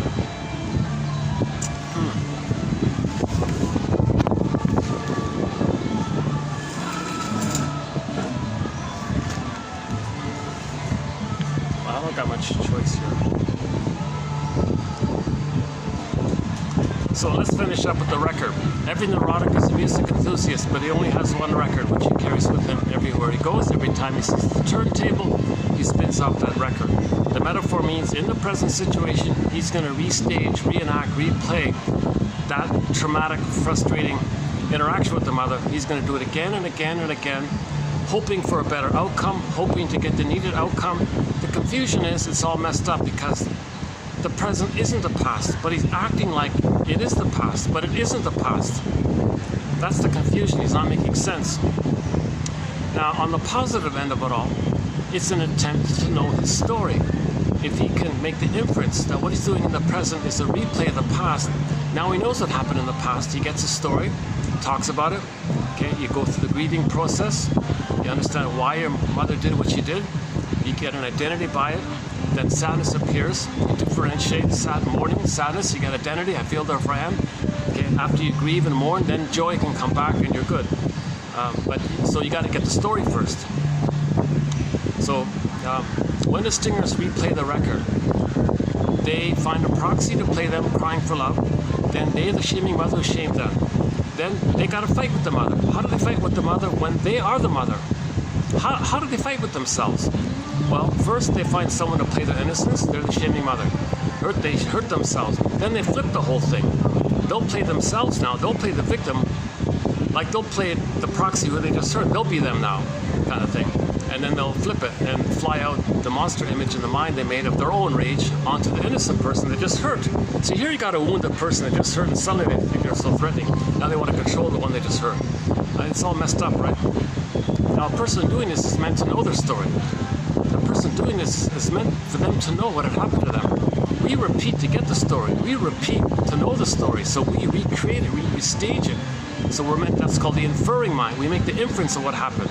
So still my favorite quote in this area to this end is that lady who wanted to have a baby and said, hold the phone here. Let me go to the shrink first. When she went to the shrink and the shrink said, sure enough, he said, oh yes, you're letting me know what kind of childhood you had. She said, what do you mean, Mr. Shrink? Well, you're putting me in the role of you and you're acting like her. Go on, please. Yes, of course. So, You're letting me know what kind of mother you had and how it felt being with her. You're putting me in the role of her, and you're acting like her, and I feel a kind of push or a tug to maybe feel what you felt with her. She got it, she wept, she understood it all, that the whole time she's been acting like this. It's the realization that the whole time she's been operating, the whole time without the foundation of having been loved. So there's a huge mourning by this, there's a huge sadness by this, and then she understood it all. Then she didn't need to repeat it. Then she could be a loving mother when she got the story. Now let's say she didn't go to the shrink. Let's say she had the baby. First she would shame the baby, thinking the baby's her from back then. Then she would see the baby as her mother who heard it back then. Now she's fighting with the baby. The baby can't say, hold the phone here, mother. Mother, I'm not you from when you were a baby. Whoa, mother, hold up here. I'm not your mother who hurt you back then. I'm your baby who needs your love. But the mother can't see that. She can't know that. She can't see the reality of the present. Because when there's trauma, you only see the projection of the past. Okay, all you see is that unmet need from the past. Oh, somebody's doing a bit of a. Somebody's doing a bit of a. Some photos I just noted here.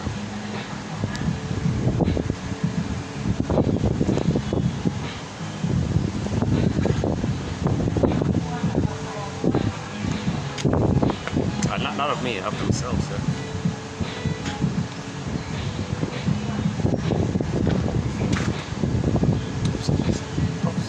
Right. Hang on. Oh boy, this is a clumsy video today, right? Table here.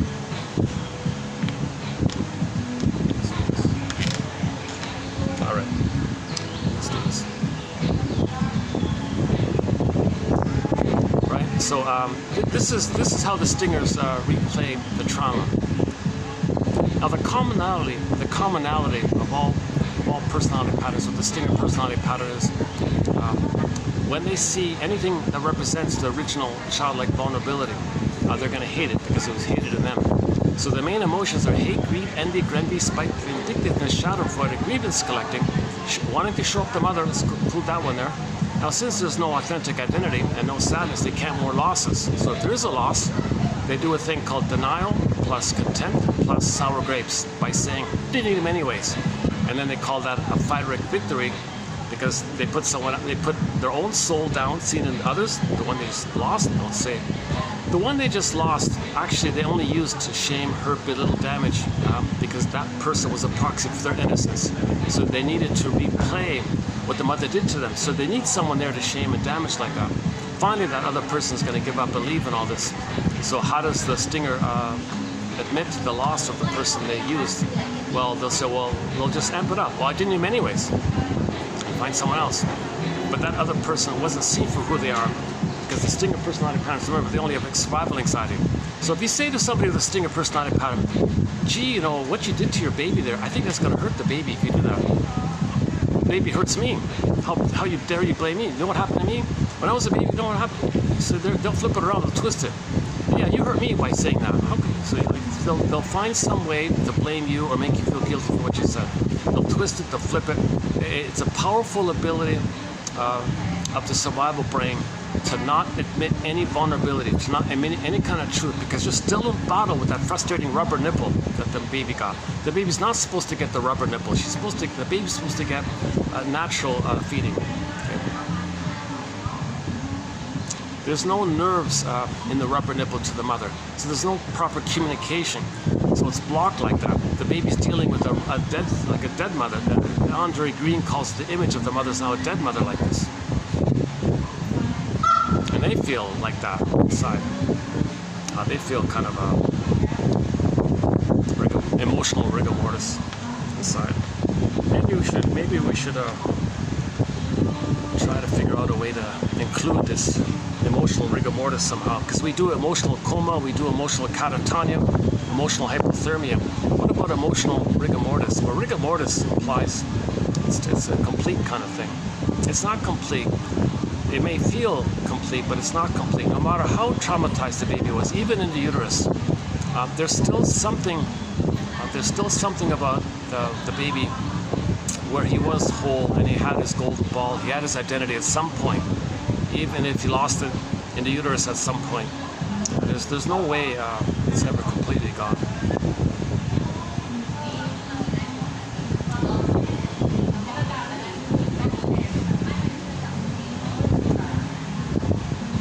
One second. Actually, I'm in the spot here. I guess they use some functions here. Hey, what if I go upstairs? Oh my God. Hey, there's a thought. You know, that second floor has an outdoor park.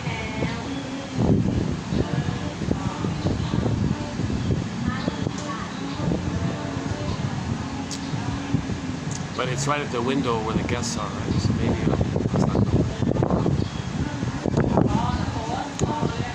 I'm now in the background of somebody's photo.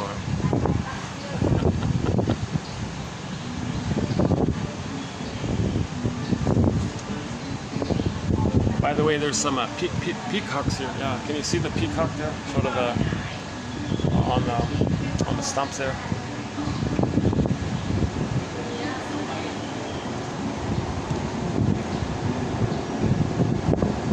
Let's check the battery here. What do we got here? 57%. Oh, 52. Sorry, 52. 52. So I've got at least an hour left. Yeah, I've got an hour left.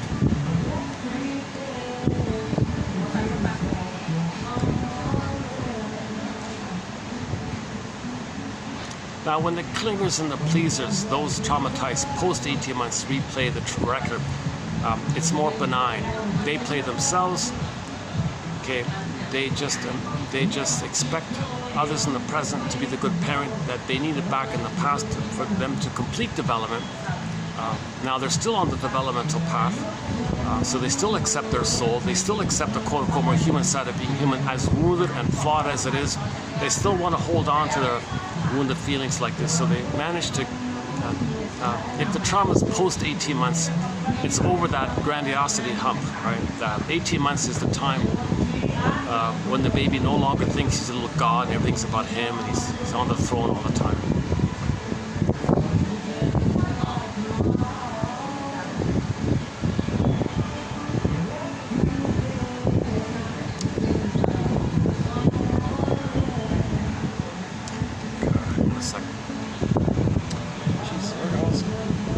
Limited here. I've got a breeze here, so let's just stay here. Yeah. This music's probably copyrighted, but I can trim it out. If you notice at any time some little skips in the videos, because some of this music is copyrighted and the camera picked it up, and I had to agree to trim out that section that included the copyrighted music. So there may be a few little like 3-minute skips in that thing. So yeah, if the trauma is post 18 months, the child holds on to a soul. He doesn't identify with the aggressor. He just maintains his original shame self. So he's more sensitive. He's more anxious. He's more openly anxious like that because he's in touch with his wounded, vulnerable soul like that. So he goes through life a little bit childlike, but in the human area. The stingers give up on that. They don't want the human side of being human. They want to play infantile God all the time. So they give up on all that. So they don't care about the human side of being human anymore. Not that they don't want to, it's just that's the byproduct of trauma, of all the energy stuck in that first brain. But that's the first time to see both peacocks sort of side by side. Let's see if we can get them in there.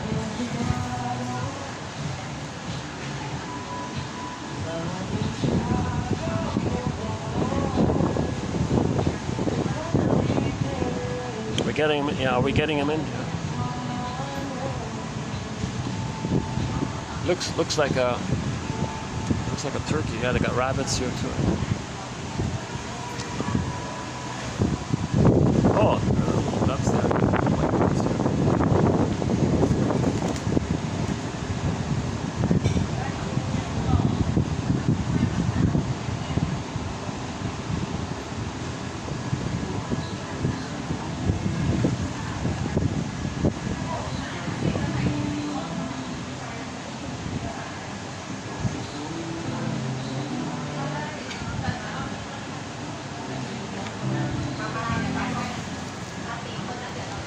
Oh, maybe they want to. Oh, maybe move. I think they want to go in here. Oh, hold on a second.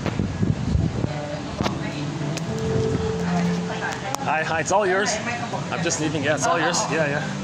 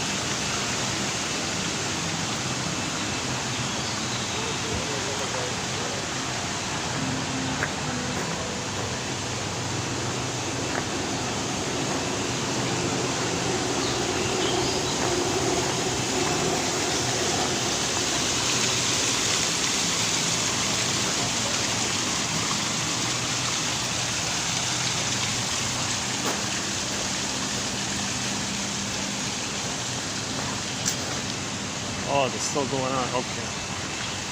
I'll go back there. That wasn't that bad. I'll go back there. Yeah, that other spot was not bad.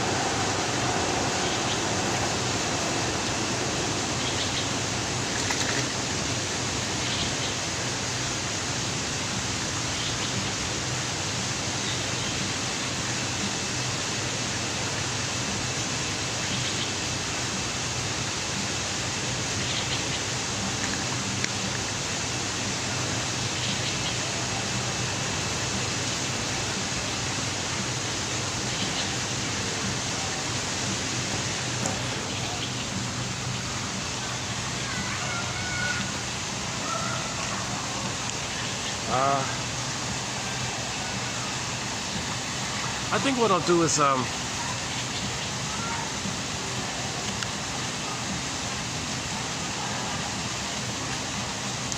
was planning to do another video on anxiety in reference to the Disney film Inside Out. But let me do let me switch things up here a little bit. Hold on a second.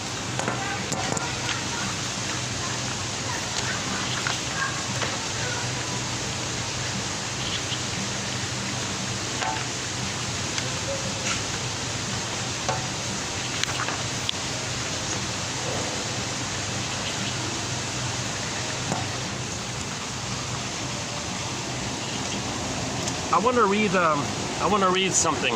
This is a longer one. This will be the longest. This will be the longest TQ quote. It's going to take three parts, 3 videos to hold it all. I'm only allowed 5,000 characters in a video. This is about 1,200 characters, so I'll post. I'll do it over 3 videos. So 9, 10, and 11. 28, 09, 10, and 11. I'll do it that way. So I'm gonna read this quote 3 times for the 3 videos. This is the longest quote in our collection. It comes from Izette DeForest, a follower of Frenzy. So number 1, she keeps Frenzy's work alive. Frenzy, underappreciated shrink. He's criticized because he kind of had anxiety in dealing with complicated cases. So he said, I give up, let's just be buddies. So he kind of said, well, if I can create a relationship with them, maybe that's the healing.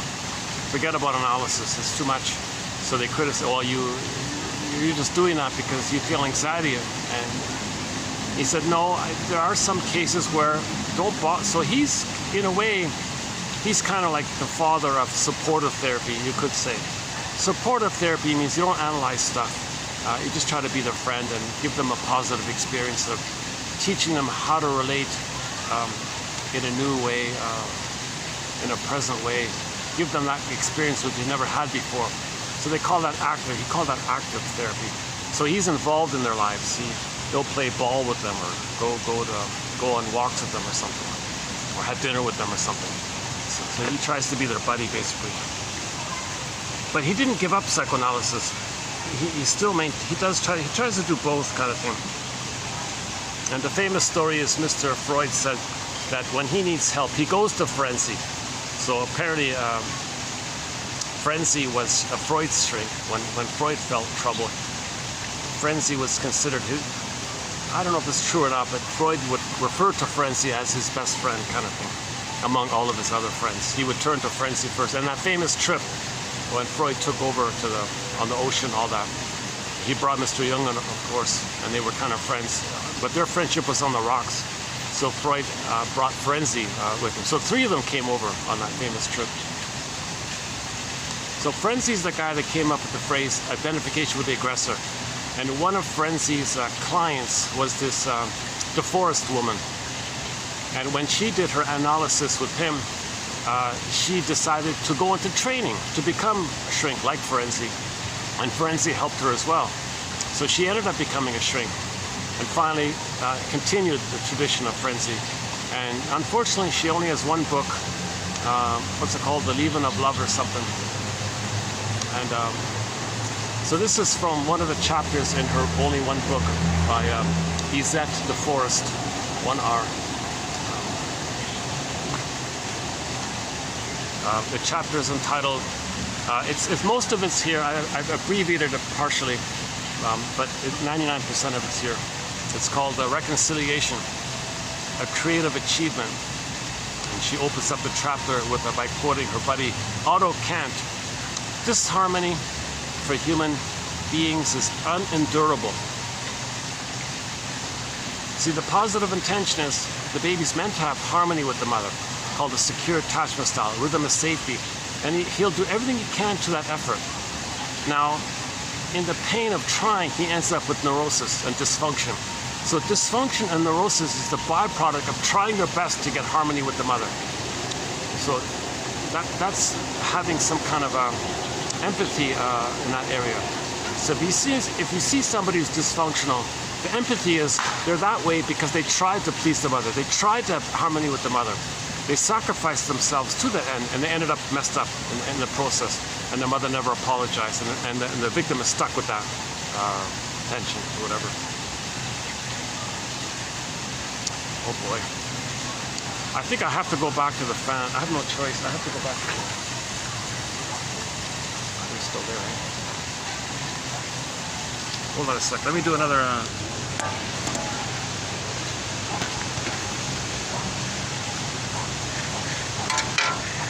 There's no breeze here. Yeah.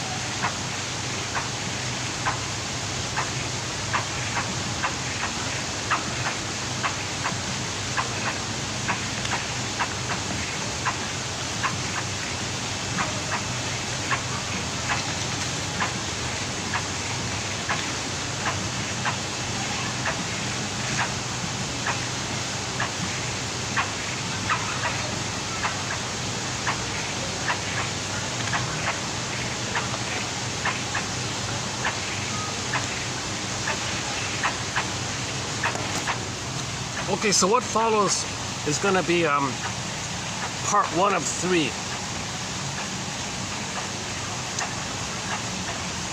So we'll call this 2809 to 11. Oh, hang on. 2809 will be the first third of this quote. 28010 will be the second third, and likewise, and then 2811 will be the third part. So this is going to be the longest quote in our collection. I decided to go with it because of the connection to frenzy, because it does promote empathy, and forgiveness. The forgiveness is sort of the ultimate goal, to get back to reconciliation. So this quote is lengthy, but if you stay with it, I found it encouraging. So I hope somebody may as well. Okay, here we go. Reconciliation, a creative achievement. Disharmony for human beings is unendurable. Okay, human infants.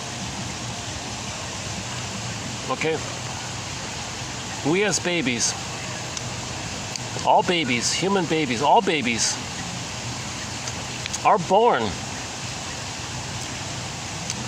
into the possession of a loving environment, generally speaking. So generally speaking, babies, are welcomed by their mothers, generally speaking. So this is a continuance of the wholesome uterine existence, right? So babies come out of the womb too early. They need a continued, extended social, interpersonal womb-like existence called the blissful oneness, the mother-infant dual unity. But this may, unfortunately, there may be a problem here. This may only last for a few days, a few weeks.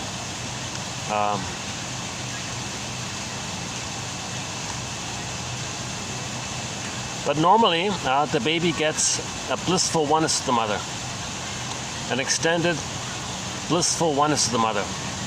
This extended blissful oneness with the mother represents the security which everyone talks about.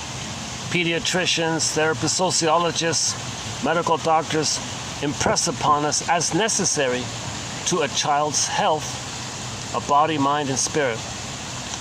So every professional will tell every mother, look, dear ladies, your baby needs to feel safe with you. Hold your baby in your loving arms. Sing them a lullaby or something. Don't overwhelm them. Don't abuse them. Don't hurt them. Don't betray them. Don't traumatize them. Don't punish them. Don't hurt them. So everybody will say that babies need to feel safe with their mothers. These specialists in human relations often say, in one way or another, quote, children must be given love or else. Tending to frighten the parents. Yet surely they must know that love of all things cannot be given in answer to warnings.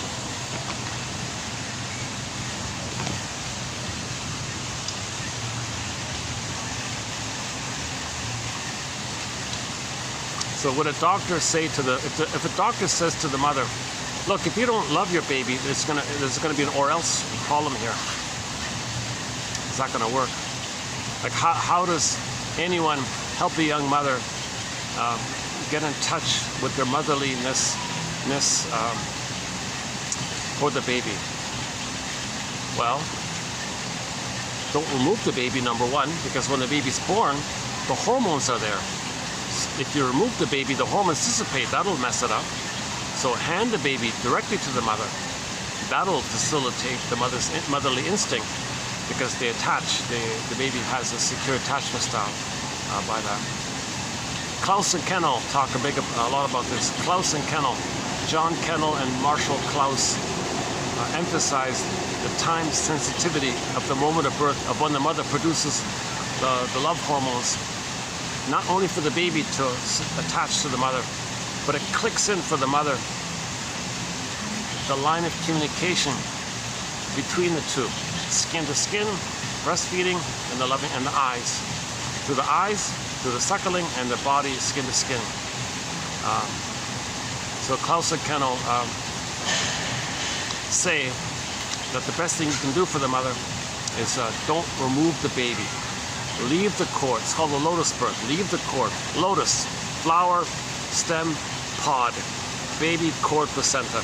Leave the baby, leave the cord to placenta, hand the baby to the front.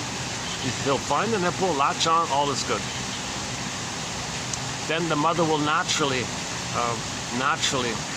give the baby the rhythm of safety that the baby needs. So there's no point in just ordering the woman, I love your baby. Meanwhile, you remove the baby from her? Yeah, Klaus and Ken will say if you remove the baby from her, 10 minutes later the baby's returned, let's say, the mother's hormones dissipated. So first the baby's betrayed by the removal. Whereas his mother, poof, no mother, he's terrorized already. He comes back to the mother. Mother says, back off, I'm grieving. You're interrupting with my grieving process. I'm deactivating my attachment system. You're interrupting my need to not attach. I had it, you were gone, I'm losing the hormones for it, back off, the baby's betrayed like this. The baby has an immense frightening image in his mind of his mother by that, which is one theory about stranger anxiety, by the way, later on.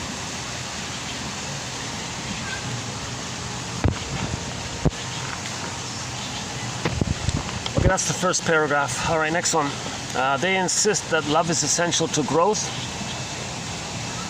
but sometimes they fail to make clear the one most significant reason for this fact, a reason which they may consider self-evident, that to be surrounded by cherishing care allows and calls forth the response of love from the baby. You see, the baby wants to have a rhythmic back and forth with the mother. The baby wants that. He needs that, right? It is this response, this extension of the baby's selfhood, personhood, which is of fundamental importance as motivation to each physiological system in the body, as well as to the mental and emotional areas of his personality. Okay, these two doctors, Anderson Aldrich and Mary Aldrich, in their book called Babies Are Human Beings. Okay, so there's a book called Babies Are Human Beings by the Aldriches. They say that at no time of life does the human being make such strenuous effort as in infancy. He goes about his job in a very serious way. Yeah, so this is Fairbairn's line. All of the baby's life force, all of his energy, very serious. Everything, all of his motivation is to find the mother and have a rhythm and a communication with her. A rhythm of safety with her. No other agenda. All of the child's life force is to have that safe attachment. Baby doesn't think about anything else. They play Barry White's song, "You're my first, you're my last, you're my everything." So for the baby, the mother's everything. For the baby, the mother's the whole world. It's everything. So he's going to try. Baby's going to do everything he can to get this positive relationship with his mother. If we are unable to consider the growing process to be purely automatic, we must seek an emotional motivation for this earliest serious endeavor. It's emotional. It is my belief that this motivation can be found in the infant's need to love himself, in loving all who surround him. Okay, that's the golden ball. That's the golden ball. He wants to be able to have self-acceptance and accept others. That's the normal state of affairs. Love is sort of the normal state of affairs. Joy runs the console. The embodiment runs the console. His every effort is outgoing. Okay, in every sense of the word. So He grows outward into the environment, coming closer and closer into contact with people around him. He extends himself towards them. This extension of himself in love provides the stimulus for the child's wholesome development of mind and body. To secure this extension for the child, the environment must provide an embracing atmosphere. The baby must be loved. By this gift of love, the baby is assured the opportunity to develop and to express his innate capacity and longing to give love, and so to create in himself the emotional stimulus basic to healthy growth. Yeah, so if the baby's in a loving, positive relationship with the mother, he's going to grow. He needs that to grow. The baby wants a secure attachment style so he can grow and develop. As we well know, the act of loving stimulates one's whole being. Yeah, the child's going to freeze up his beingness. Snow White goes into the glass box. So his beingness will be frozen if this is missing. He doesn't want his soul to be frozen in the glass box. Emotional hypothermia.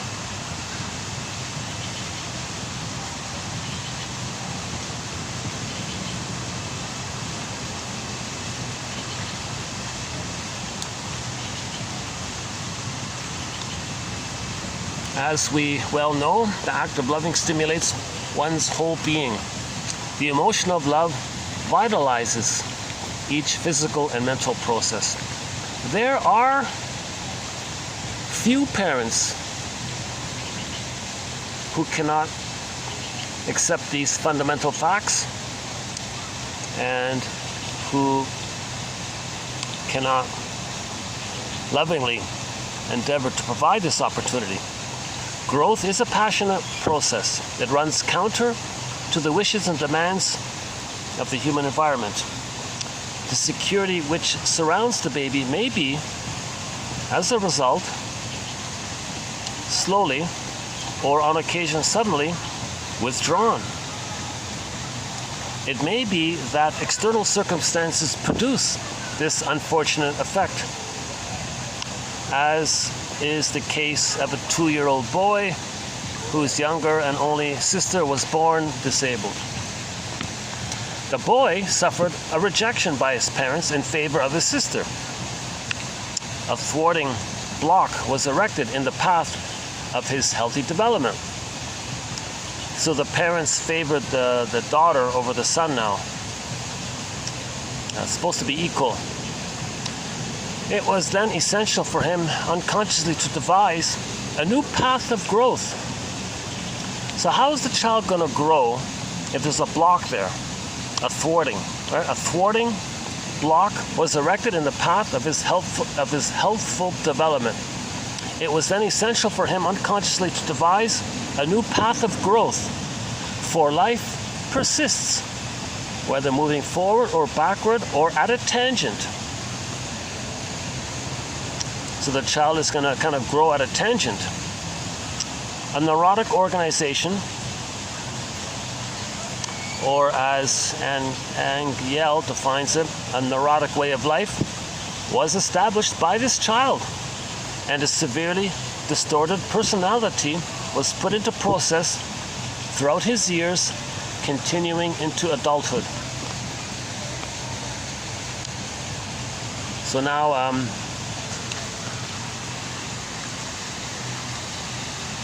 so his personality is set up to deal with the rejection with the mother, but he still wants to grow forward. Now he's got to find some roundabout way to look for love. He's got to forgive the mother and then go back on development. So things are thwarted like that. So mother derails the child's development.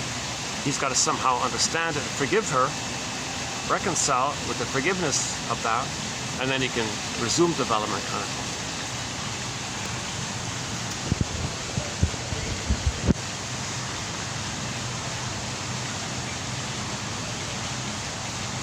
There is in all human experience, and at an early age, a traumatic moment or a series of such moments in which the significant human figures are at serious odds with the child. It is then that the basic need of the child to express his love and so to stimulate his wholesome growth processes experiences at the least a loss of nourishment, at the most a cruel frustration, a harsh stoppage.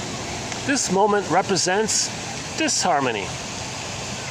Now the baby's in disharmony.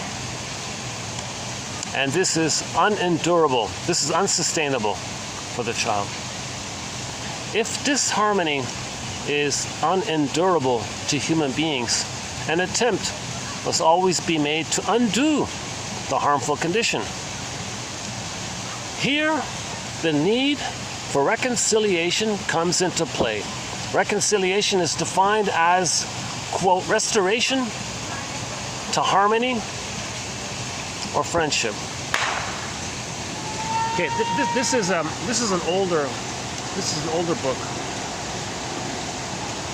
So this was before attachment theory came on. So instead of using secure attachment, like in the 40s or 50s, she's calling it just friendship,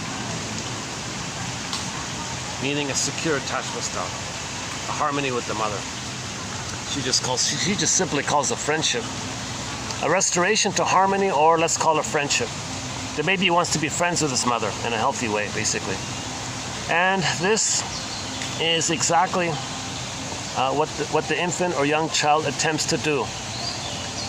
His need to love is so imperative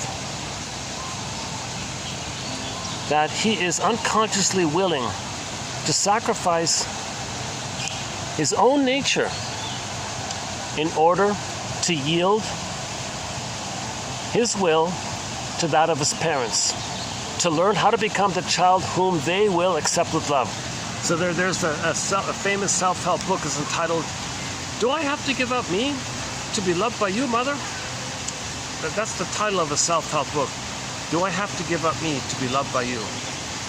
The child does that. All right, mother, fine, I'll give up me to be loved by you. That's his attempt to make friends with his mother.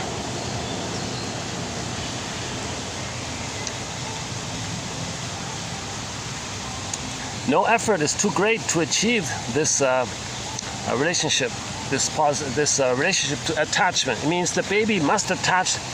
She means here, the baby must find some way to connect to the mother. The burden will be on him, right?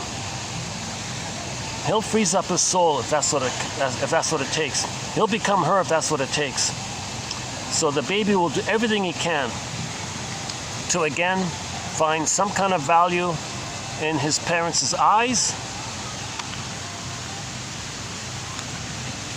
His behavior, the nature of his thought processes, his standards of value,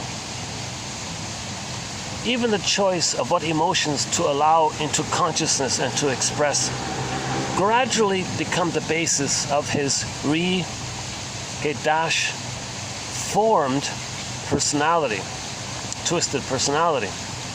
He's going to reformulate his personality from a natural one to some kind of twisted one. He may lose all originality of thought and of imagination.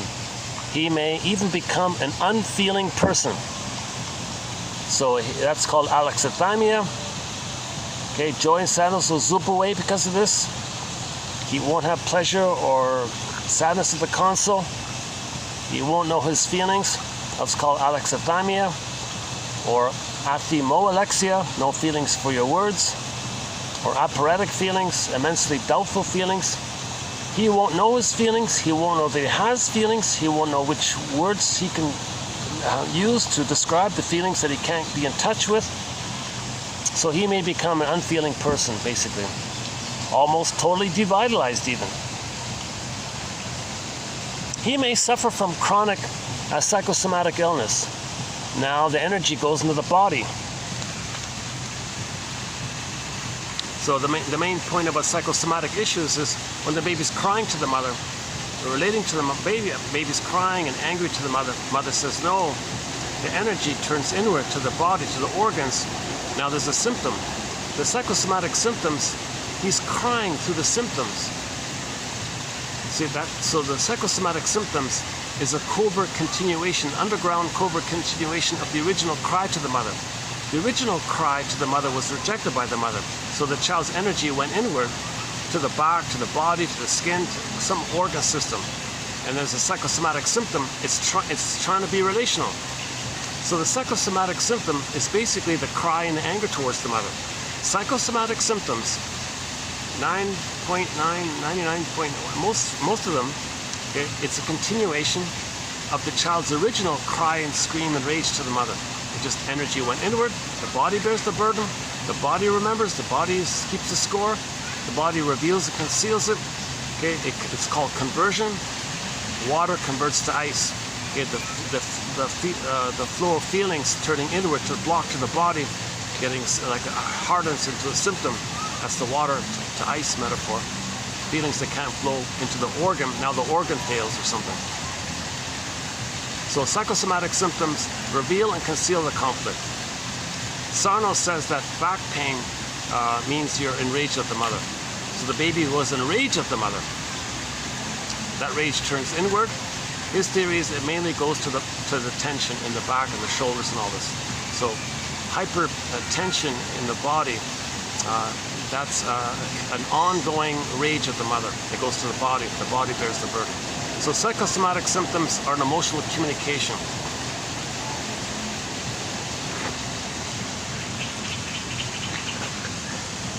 So the child will do that. That'll be the byproduct. The byproduct, the child is paying the cost of this. Look, mother, I'm doing everything for you.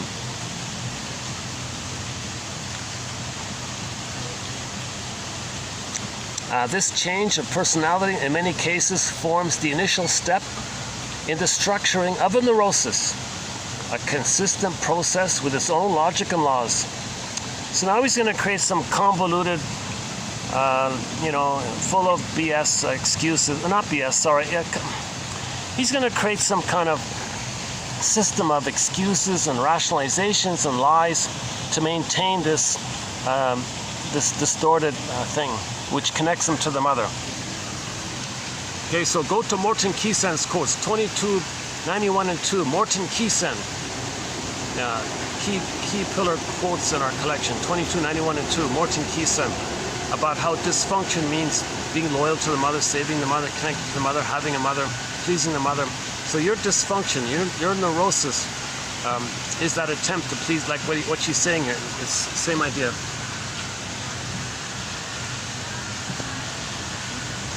Okay, so that two-year-old boy mentioned above, learned from his tragic rejection to base his entire behavior and eventually his moral principles upon the standards of his parents. As, for example, that the one crime to be avoided was that of hurting the feelings of his mother. In this case, this meant the son is not allowed to hurt his sister's feelings because the sister was born disabled and all this. The parents said, don't you dare criticize your sister. And more important, those of his mother who, with exaggerated sensitivity, believed that she and she alone was responsible for his daughter's deformity. So she just picked, it could be any example. She's just picking one example. The mother feels guilty. Maybe she smoked when she was pregnant. Maybe she drank when she was pregnant. Maybe she took too many cigars when she was pregnant, too many pills when she was pregnant, and the baby was born with a problem. So maybe she abused the baby. Some mothers abuse their own babies when they're in the uterus. There is a thing called child abuse in the womb. Maybe the mother did that and the baby was born by that. So she feels guilty and she saw it all. So she wants to protect her child now So she didn't care about the son anymore. You know, her doing this, you know, makes her feel important now, you see. Now she's protecting her wounded self. So she created a wounded daughter, thinking that that's her and she's going to protect her, and sees the son as the abusive mother that she was, and now she's fighting with the son. You see how things get twisted? So she's the abusive mother who hurt the daughter. Says the son is the abusive mother who hurt her. And the mother will say that the wounded daughter is her. See, the old cunning tale. Old cunning tale. A great hope fell. You heard no noise. The wreckage was within. O cunning tale that let no witness him. These quotes are an attempt to give us the witnessing.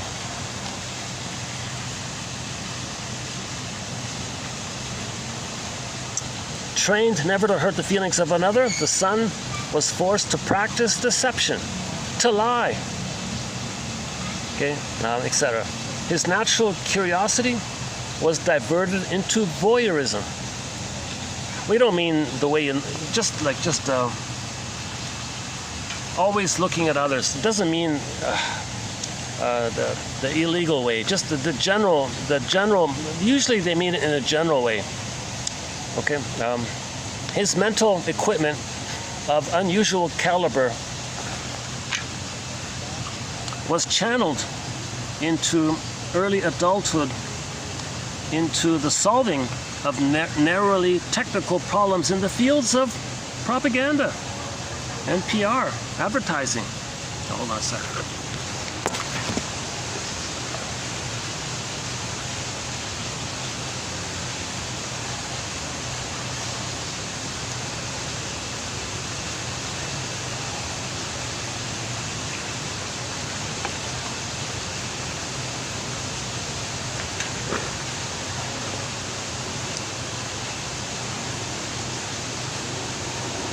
Yeah, it's too hot here. Let's go back to the other place. Hold on a second.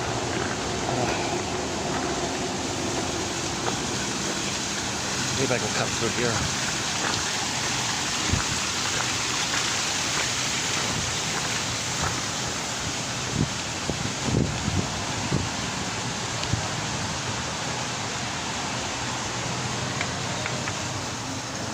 Hi, I'm just gonna go that way.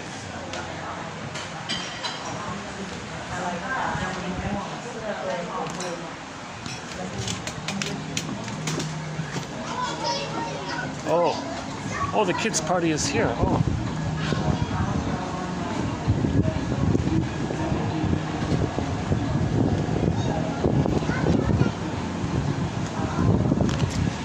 Oh, I didn't even notice they moved here.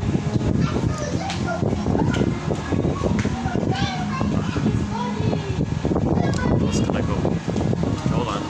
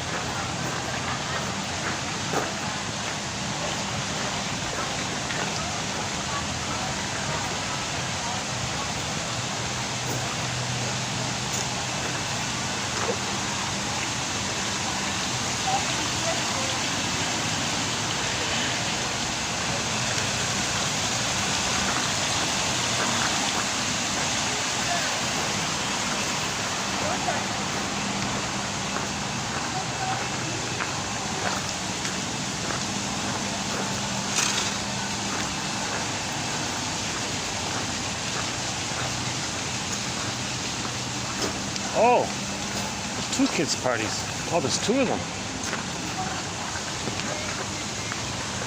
Okay, let's. Sorry about all the delays here. I got zero breeze here. Yeah, let's continue.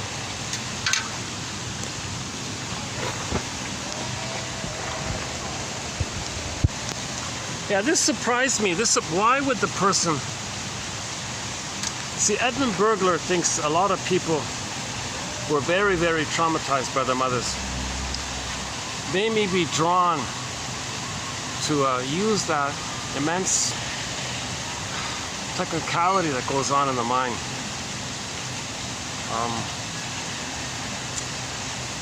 Identify with the aggressor. Trick people the way they were tricked. So they study this stuff. So Burglar is saying a lot of people in this advertising, PR, propaganda, this whole area,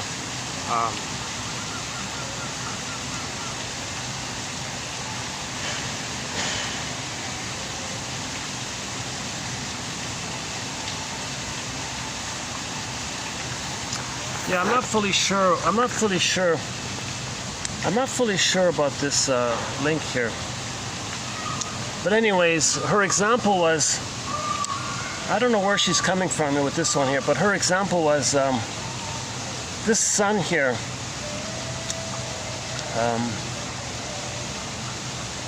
sublimated his rage, his anger into the field of deceiving others. So propaganda, you're deceiving others, that's an expression of anger. So he's channeling his anger onto the world, thinking the mother's the world. His emotional life, what little there was of it, was devoted to long associations with difficult personalities, whom he wooed and studied assiduously. So maybe he's trying to understand the mother somehow by studying people, attempting with little success to communicate with them, to adjust to their neurotic complications. He had created for himself a sterile life. So maybe he's trying to connect with people. Okay, maybe this poor son could never connect with the mother, right? So maybe he's studying complicated. Maybe he became some kind of psychologist, I guess, thinking, how do I understand these complicated people? Because my mother was complicated. Maybe they're still trying to learn how to connect with people. Maybe that's sort of a positive intention. The human need for reconciliation can thus be seen to be one origin of neurosis. Again, the human need for reconciliation can thus be seen as one origin of neurosis. It comes to light again when the neurosis is full-blown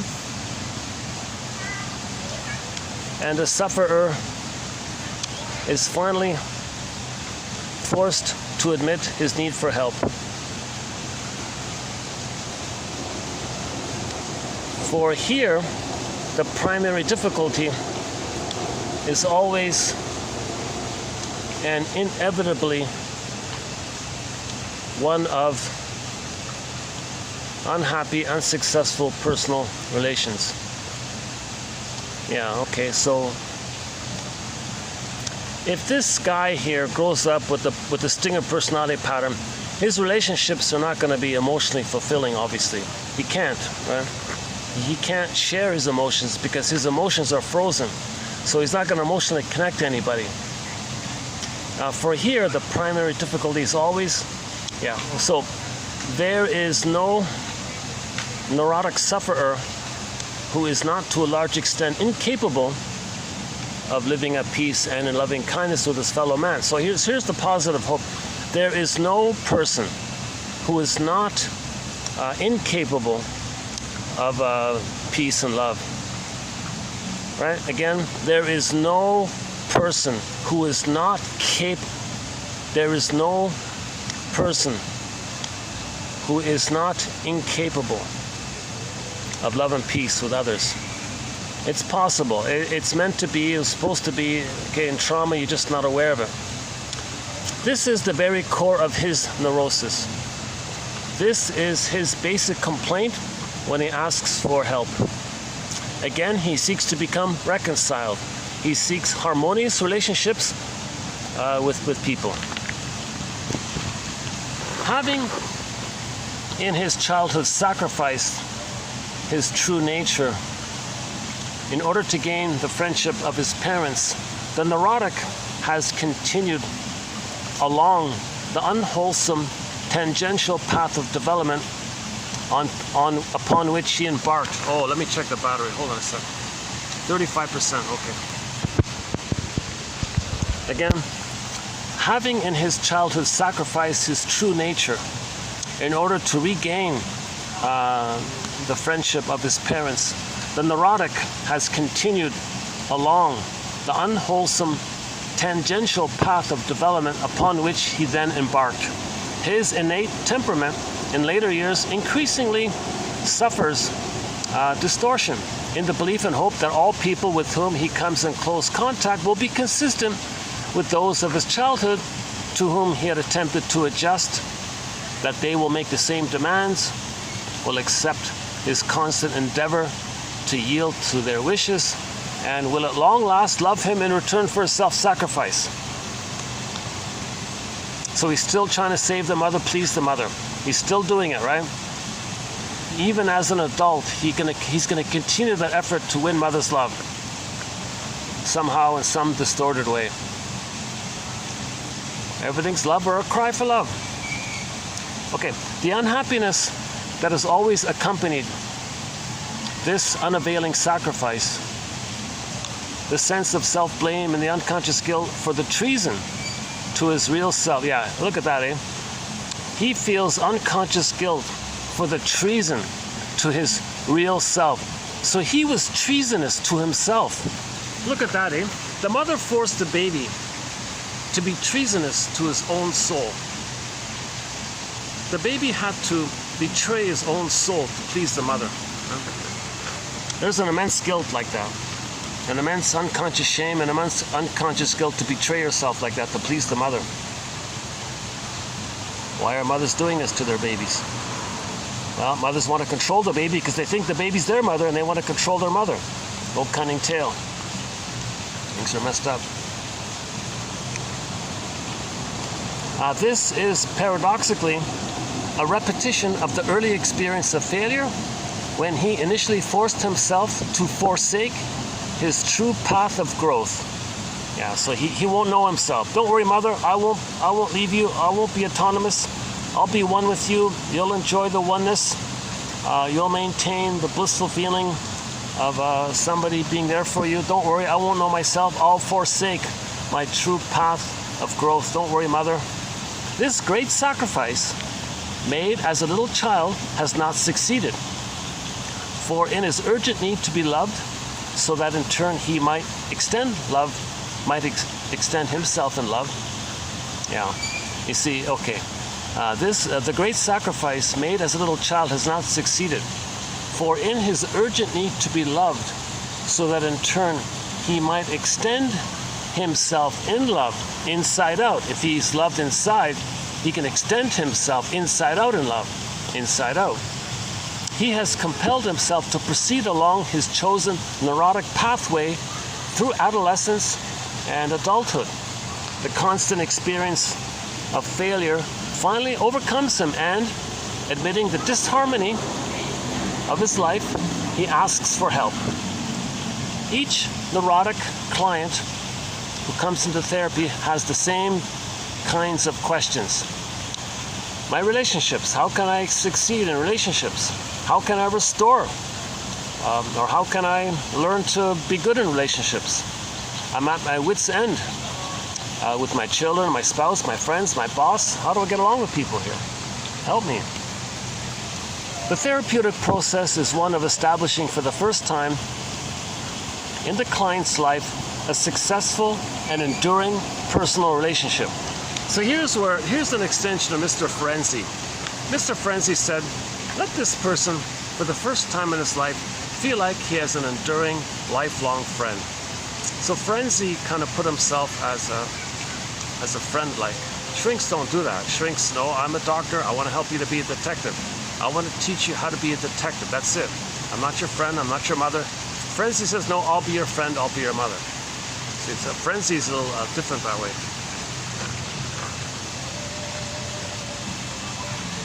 The psychotherapeutic process is one of establishing for the first time in the client's life a successful and enduring personal relationship. Yeah, like Frenzy and Miss DeForest here. So they became friends afterwards, and he taught her everything.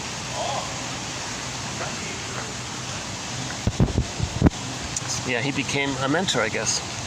First he was friends, and she said her husband wasn't supported it. Frenzy wasn't trying to pick up Miss Yvette, or nothing like that. Yvette, what is it? Yvette? It consists of a joint study by client and therapist of the client's character distortions as they are seen in their incipience in early childhood, as they have compulsively developed throughout the client's later years, and as they are expressed in the client's experience during therapy, both in his external environment and increasing intensity toward the therapist himself and the transference phenomena. These distortions do, in fact, in the process of therapy, wear themselves thin. Okay, so hang on. It distorts of the joints. The two of them are going to be in a joint study together. So the shrink and the client together are going to study together. Okay, the client's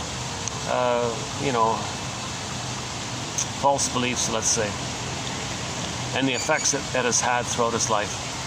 These distortions do, in fact, in the process of therapy, wear themselves thin. They are powerless in accomplishing their neurotic goal. Yeah. So your neurotic goal is impossible. You're not going to get in the present, literally, mother's love. Although Frenzy is sort of doing something in the middle, it seems. They are powerless in accomplishing their neurotic goal. 4, being distortions, the therapist learns to penetrate their disguise and refuse. Okay, let me correct this. No, let me correct it. No, sorry.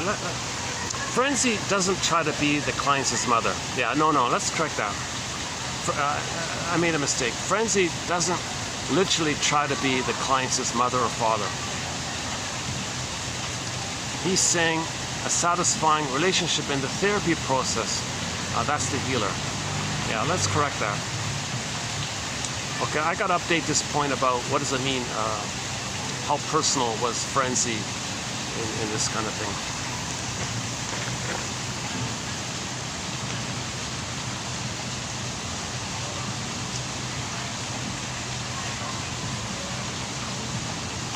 Yeah, so the therapist doesn't, so this quote clearly means he's not going to be the mother. Yeah, okay.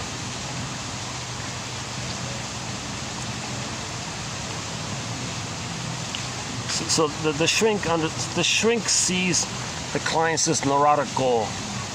If the shrink should accept the false image as if it were true, he proves to the client that he cannot lovingly accept his true nature. Yeah, okay. So this is the analytic part. Okay, this would be the triumph which the neurosis had attempted to bring about. If he refused to accept the false image, not acknowledging it as a self-preservative effort of the rejected child. So you want to see the false self. You want to interpret somebody's neurotic pride, neurotic false self. You want to see the person's neurosis as coming by their self-preservative attempt made by a rejected child.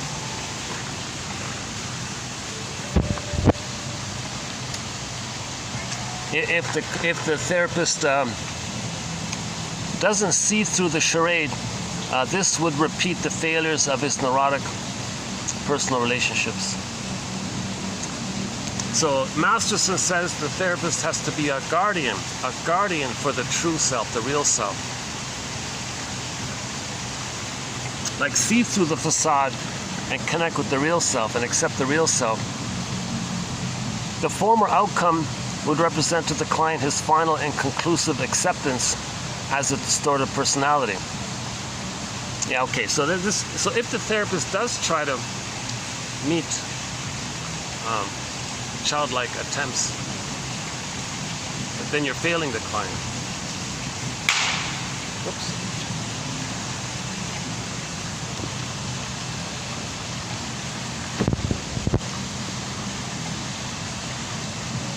By refusing to play the client's unconscious game with his character distortions, the therapist places essential emphasis on the value of the client's nature, which is hidden beneath these distortions. In this refusal, he also shows respect for the client's early insistence on saving his life, although at the risk of losing his integrity and perhaps his mind. Hold on a sec.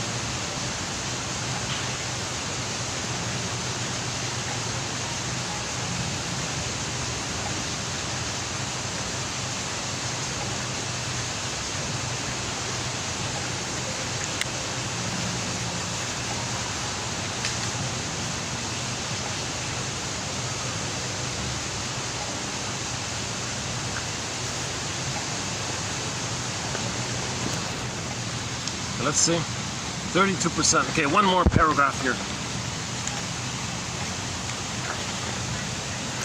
The final stage in psychotherapy is a period of research in seeking to become reconciled. Okay, the article is called Reconciliation, a Creative Achievement. A creative achievement. Reconciliation. The final stage in therapy is a period of research in seeking to become reconciled, meaning healed, let's face it. The many unsuccessful relationships of the client's former life are passed in review, are examined and reevaluated. Okay, what are you doing over and over again? What are you trying to communicate? How are you replaying the past and the present? An attempt is made with fresh eyes and maturing emotions to put the blame where it belongs. So the mother failed you. That's the truth.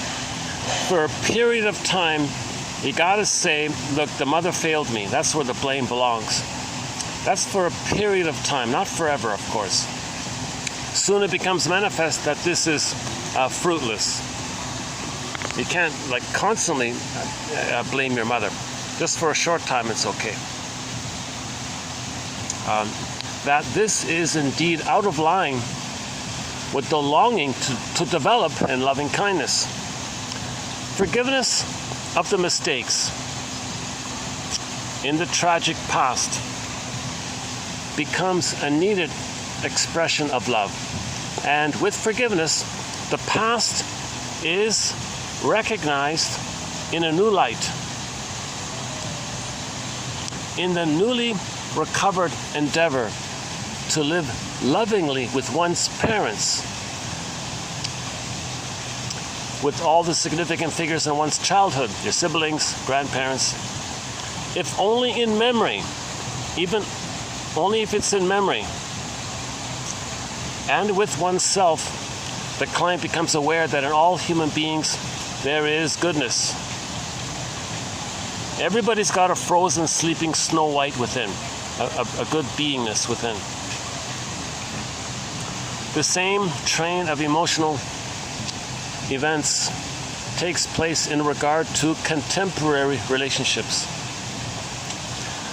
The success long sought of learning to restore friendship in full independence makes possible the recapturing of one's own inner self. Forgive your parents, heal yourself. Understand your parents, reconcile with your parents in your mind, heal yourself. Reconnect and recapture your inner self. Sleeping Beauty wakes up. In extending one's self and loving kindness according to one's true nature, one creates that very environment of love, which in turn invites the continuing fulfillment of loving one's potential ties.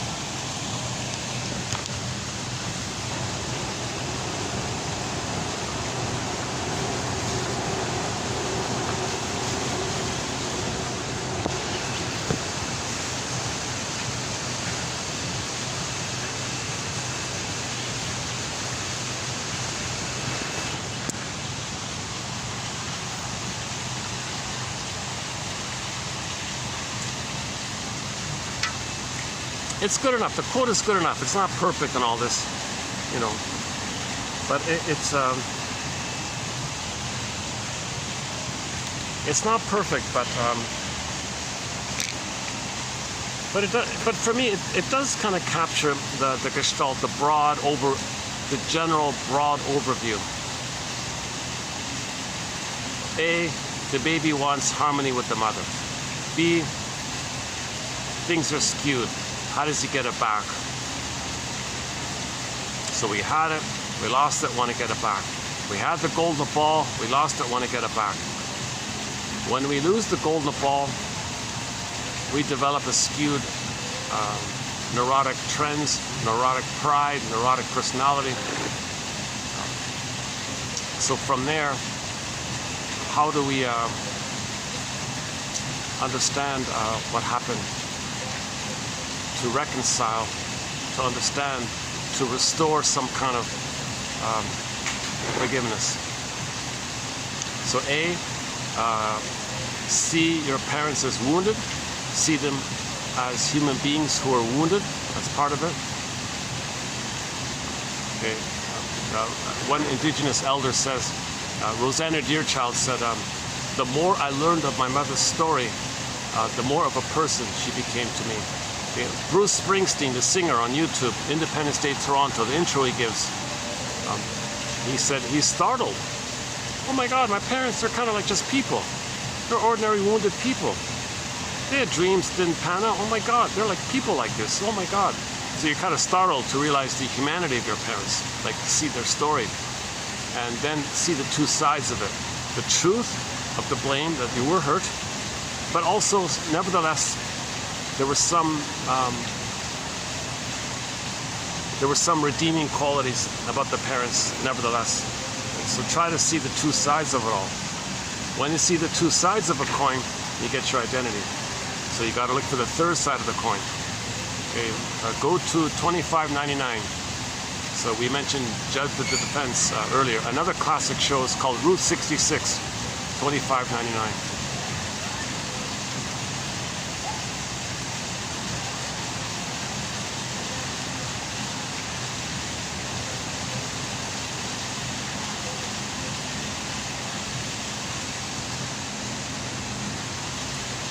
What are we doing here? Let's see. 30% left. 5:30. Yeah, timing is okay. Well, although my battery's not working, it's still giving me some. If it does it like this, that's okay. When it works properly, I can get 10 hours, and the thing is 90% charged. Now it's 95%, and it's almost run out. That's okay. I can do 3-hour videos. That's okay.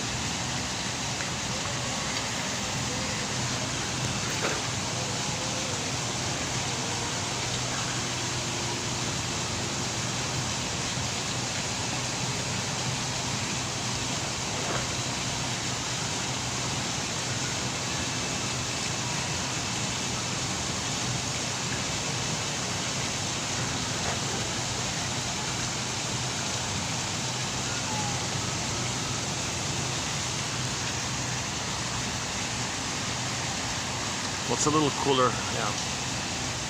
Now it's in the low 40s. Can you believe low 40s?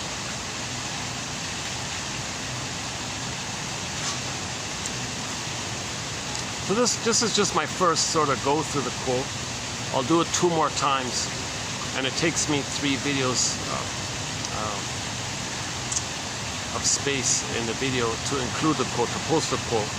So if you click the more link here, you'll get the first third of it, and so on afterwards. So again, the author is Izette, is that right? Izette de Forest. Yeah, so her name is, with 1 F, Forest. It's showing up here. D-E, and then Forest with 1 R. And we've got a couple of quotes from her about anxiety as well coming up. So here's the plan. So when I finish this, I'll go back to anxiety. So we recently covered some videos on anxiety, and I'm kind of doing a sidetrack here with this quote. When this is finished, I'll go back to anxiety.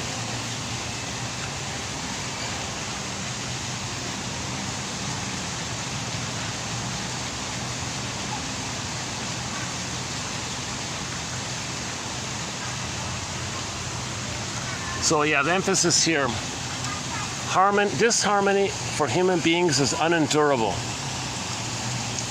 The baby does everything he can. The baby's doing everything he can. Come on, mother, let's have harmony. Come on, mother, I'm a human being. Babies are human beings. Come on, mother, don't objectify me. Don't thingify me. Don't use me as a proxy. Don't see me as your mother. Come on, mother. So the baby's trying his best. Now his ongoing dysfunction is that ongoing effort. Come on, mother, change your ways. Come. Finally, when he realizes that she can't, okay, like Bruce Springsteen says, maybe you can finally grieve the reality that you didn't get, and you're not going to get that kind of love. Now you want to make that kind of transition to what they call loving kindness here, or forgiveness.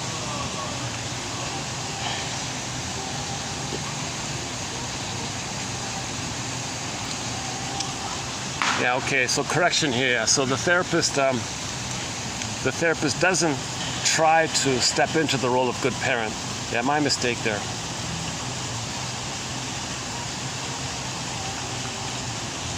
I think some people accused Ferenczi of doing that, but now I'm getting a better picture here. No, he doesn't try to do that.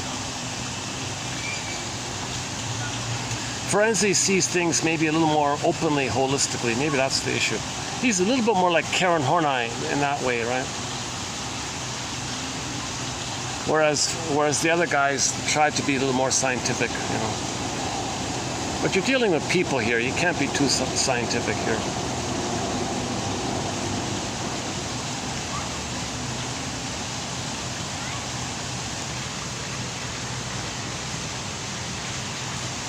Dorina Pines describes it as when the baby and the mother are together in the first 4 to 5 months, it should be skin-to-skin contact, because the baby's emotions are in the body. Okay. And then if this baby's body is skin-to-skin with the mother, then the mother's emotions. The mother's emotions picks up the baby's emotions through the skin-to-skin contact. The skin is like the bridge between the emotions between the two. Now the mother picks up the sensations from the child, responds, and there's a back and forth, a harmony back and forth. Not a disharmony, a harmony back and forth. So you need the skin to skin. Okay, again, with the breastfeeding, the nerves, something about the mucosal nerves in the child line up with the nerves in the breast nipple, rather to the mother. Now there's a cable between the baby to the mother, and there's like a communication back and forth. So skin to skin communication, the breastfeeding communication, and through the eyes communication. So you got the 3 like that. If those 3 are there, the blissful oneness continues.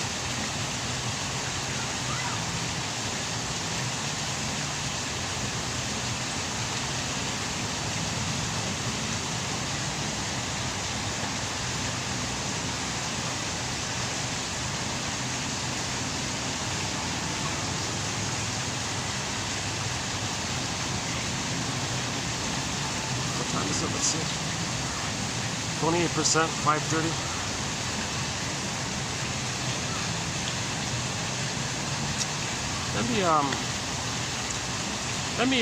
Let me just hit the pause button for a minute. I'll be back in 1 minute. So let's do this.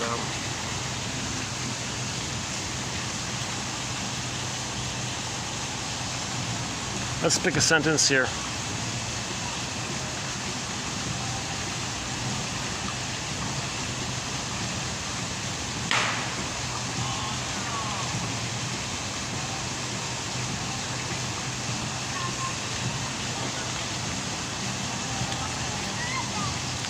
Okay, let's do this one here. Hang on.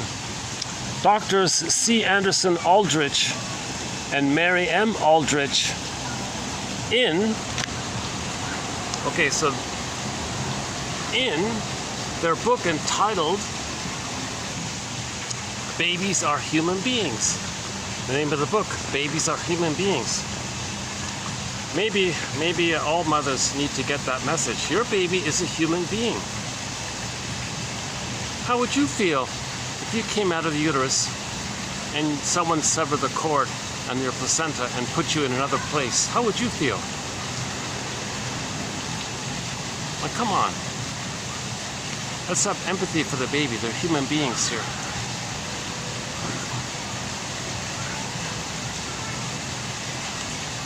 And,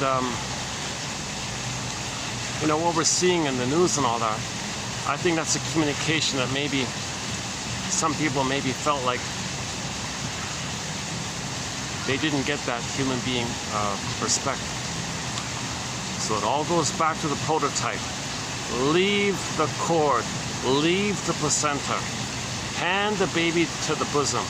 Let the baby latch on, skin to skin, breastfeeding, loving gaze, mother's arms. Let the mother establish for 4 to 5 months what's called a blissful oneness for the baby. Not for the mother, it's for the baby. The mother doesn't indulge in that blissfulness for her. No, she's strong, she gives it to the baby. She feeds the baby like that. The baby's fed and nourished. Then he can have his identity. If the mother turns it around and uses the baby, okay, he'll be very enraged by this. He'll feel emotional rigorous. It's a hard image to, I mentioned at the beginning of this video, a very sad image. I've never seen children, buried under the rubble, and when they were pulling them out, the child's, the body was in rigor, what do you call it again? Rigor mortis? What do you call it again? Like when the body stiffens up like that, when the babies were.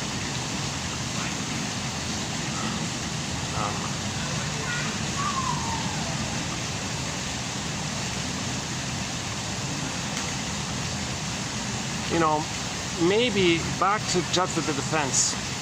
Maybe there is something going on like this, where humanity is being shown up, like they're showing up the mother, showing up humanity. So those who sort of support this, you see, cheerleaders for it or whatever, there's a real illness like that. So that's showing up that the mothers were ill. Those who support this kind of thing, there's an illness there. So they're trying to say, my mother was ill, I'm trying to show my mother.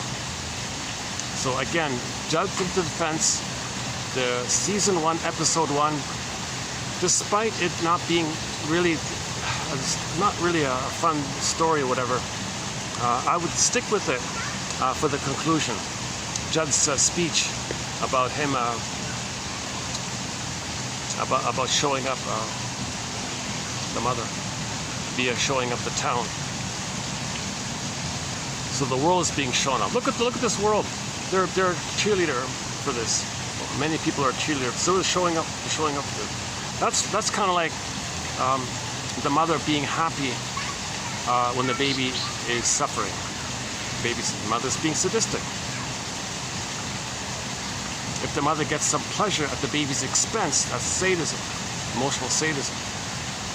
So how do you recreate that? See, it will be sadistic. Mother was sadistic.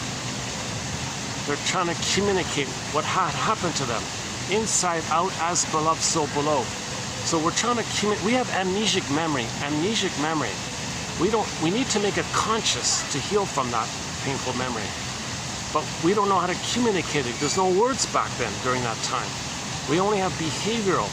So we stage things, and we got to translate our behavior into words. When you put it into words, okay, we stop repeating. Message received. If the message is not received, we're going to keep on like that.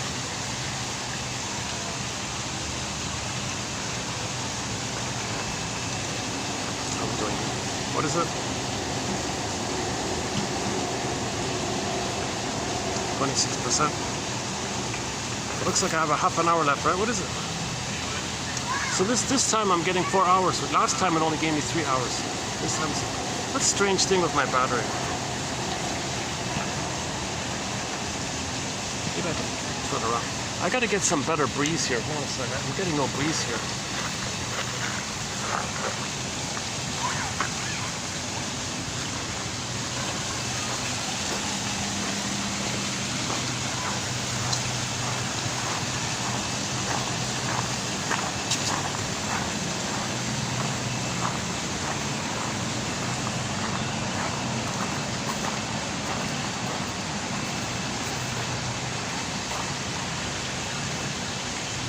Hold on a second. Let me put the fan back on.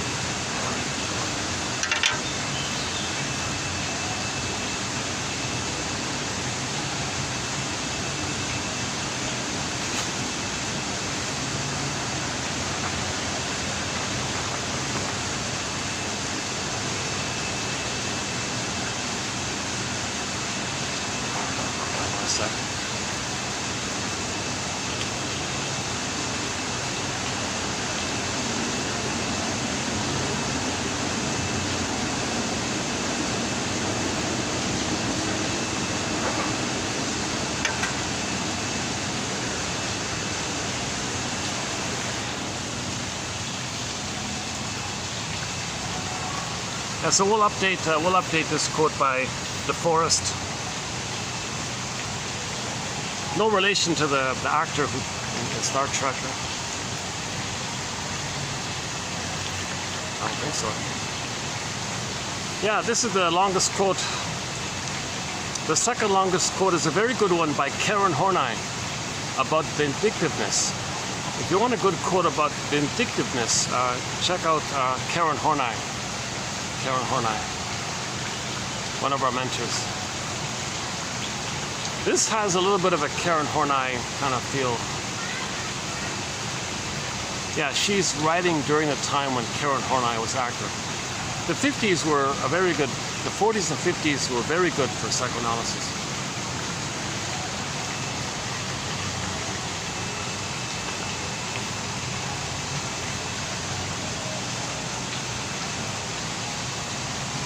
Someone said, what was it? Someone said, was it 65 or something? Or 60, somewhere in the 60s, there was a huge effort to make people unaware. So psychoanalysis was ridiculed and was criticized, made fun of, to discourage people from it. But really, it's that's repetition compulsion. When the baby was trying to heal with the mother, mother shamed him. Well, we're trying to heal. Well, people mock it. Lloyd DeMoss says that mothers, it starts with the mothers. Before they have a baby, do some self-awareness. Mothers, do some self-reflection, do some self-awareness, have some, so they don't repeat it. Alice Miller said, if the mother can pick up somehow that what she's doing is hurting the baby. If she can somehow make that link, that her behavior is hurting the poor baby, if she can do that, it'll remind her of how she was hurt by her mother. Then she'll stop repeating it. Or first realize you were hurt by the mother, then you don't hurt your child. One way or the other. Mothers have to be aware that they were hurt by their mother so they don't repeat it.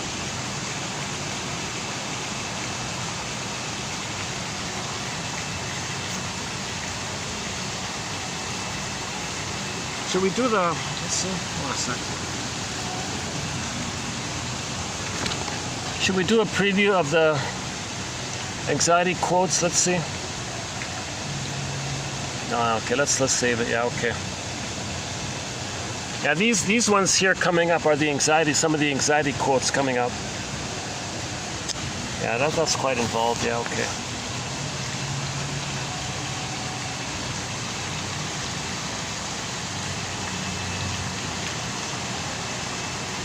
So my give back for my imperfect reading of this is that if you click the more link, you'll get the first third of it here, the second third and the next, and the third third, and the third one following this. Or just look up her book, and it's in the middle of the book there somewhere.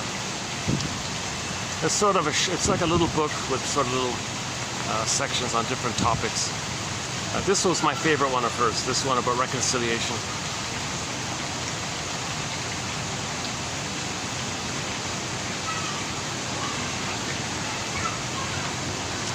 We got to reconcile with the memory of our parents in the mind.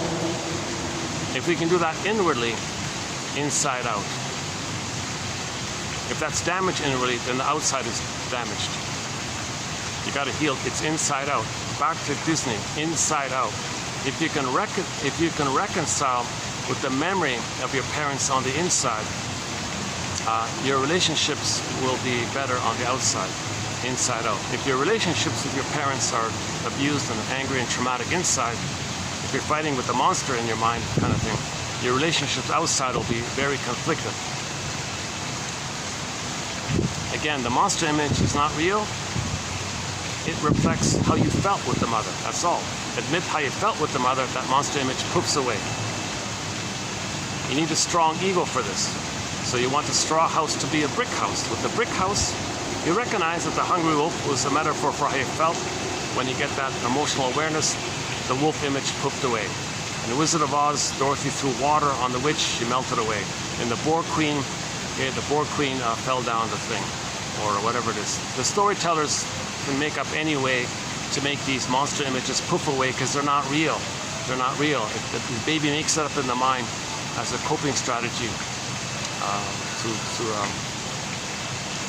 to not feel the stress of it all. He projects his traits onto the mother and blames the mother for being what he is. So the image in the baby's brain of a monster image, that's a metaphor for how he felt. He felt enraged. He felt hungry. So in the anxiety, in the Disney film Inside Out #2, anxiety's on the console. We see that character with this exaggerated, super wide mouth, okay, with the baby teeth. That's an image of oral trauma. Okay, that means the person is traumatized. That image is a symbol for trauma during the oral phase. Plus, I have a hard time imagining that the mother they made in that film is a loving mother. Although she did do a good job in not traumatizing Riley in the uterus or at birth, because the first memory when the baby was born was golden, a good memory. That's why she's a good sports player. Janoff says if there's no prenatal trauma, no birth trauma, you'll be good in athletics and music and all that.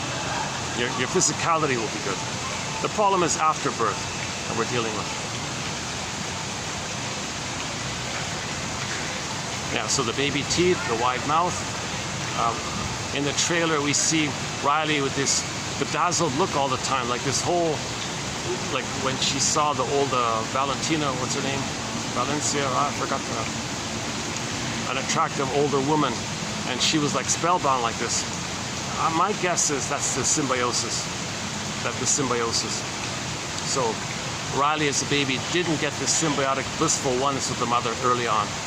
So She projects that unmet need for it. She needs it. Sees this attractive older woman, healthy woman, I guess. And then, oh, there it is. There's mother, and you get that blissful one. So she's spellbound by this Valentina woman. And that doesn't necessarily mean she's going to seek mothering through her, but that's one theory. Maybe she will. And that Disney film may spin it that way, where Riley is looking for mothering still. That's my guess about why her pupils are so widely dilated. You know, like you saw in the trailer, Riley had this exaggeratedly dilated, wide pupils.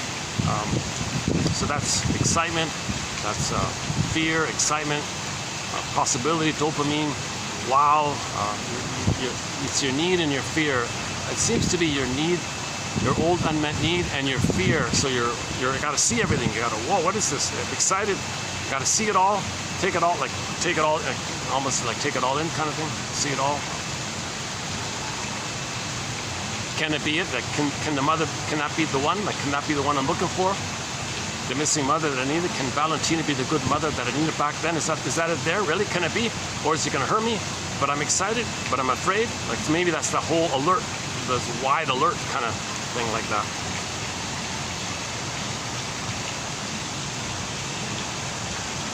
So we don't see the reality too clearly. We see the unmet need from the past to the present.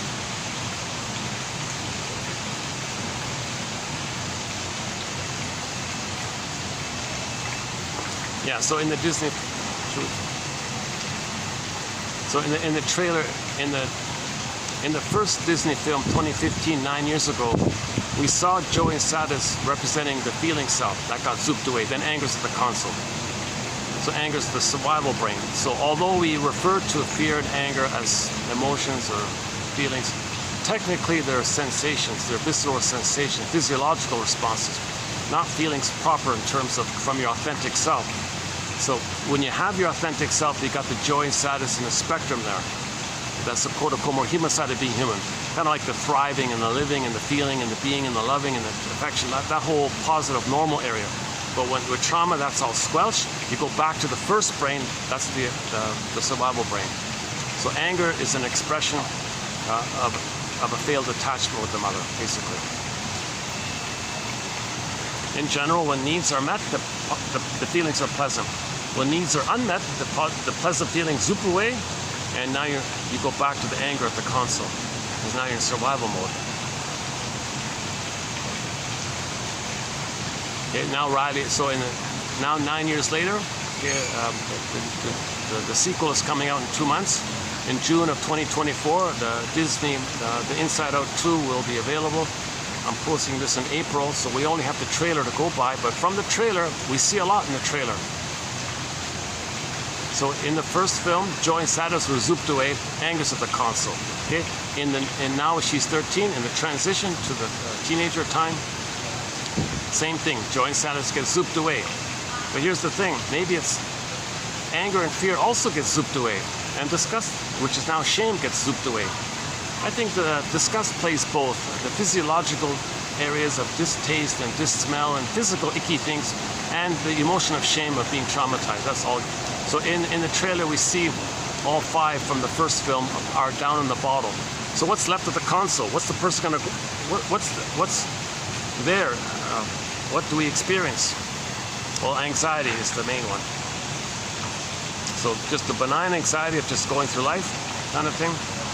But most anxiety means you're re-experiencing the world, which triggers your first world. Now the first world didn't meet your needs, abused you, shamed you, hurt you, rejected you. So you're going through life relating with people, all that past unfinished trauma with the mother's coming up. So the reality is a person's going to go through life being triggered up of the old fears. Again, anxiety means, most anxiety means you're afraid from the memory of some infantile trauma, fear in the past, and it's coming up, and you don't know that. But you're getting the physiological response of it all, so you're shaking or whatever. Or you're showing it. So anxiety runs the console, representing how fear is in the bottle. Now fear is like a present, realistic thing. You know, like Like when the baby's young, it's going to be mainly fear-based. He's got no memories really. He's relating to the mother. He's creating memories, right, with the fear. It's unprocessed, unmetabolized. All those old fears are all buried like that. So fear is buried up in the bottle. Because in school you don't want to show fear, but you're going through life. You're going to be reminded of the old fears, the old infantile fears. So anxiety means being reminded of old infantile fears with the mother, basically. Plus the normal benign anxiety of going through life. So-called normal anxiety versus neurotic anxiety.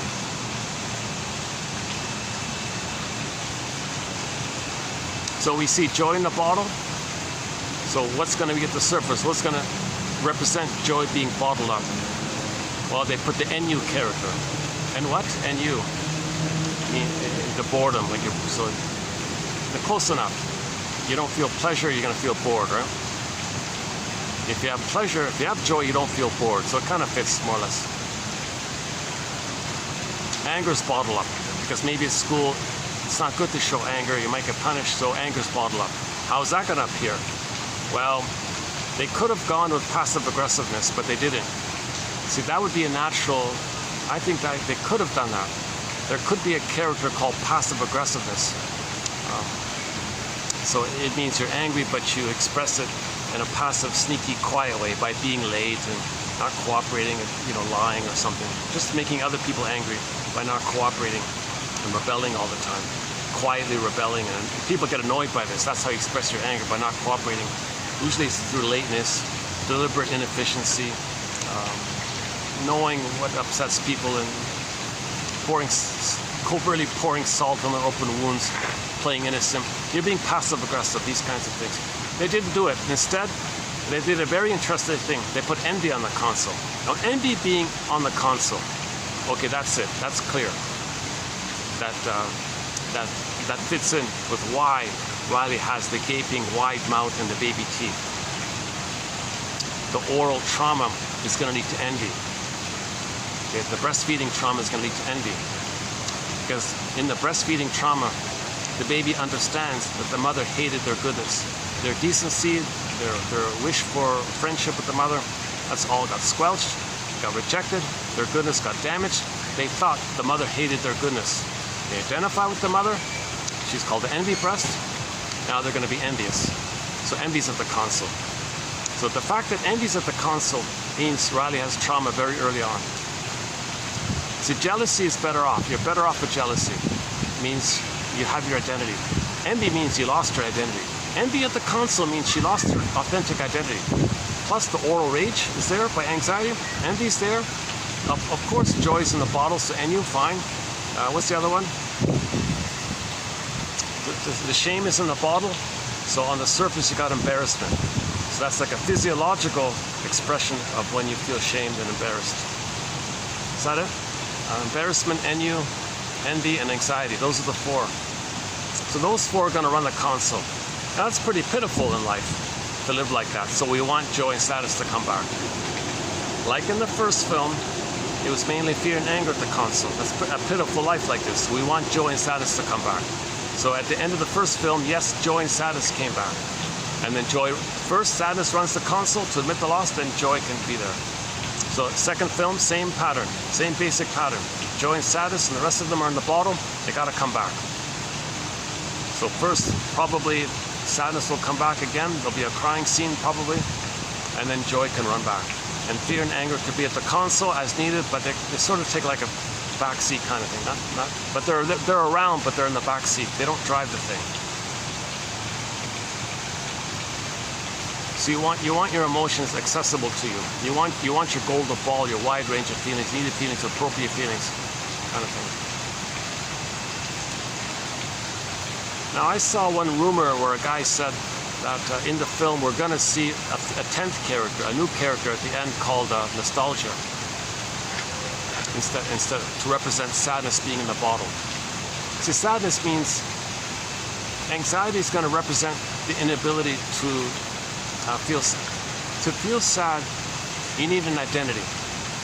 So if you're going to try to admit a loss and be sad, it links you to your lack of identity to do so. that's going to bring up the old fears around the loss of your identity.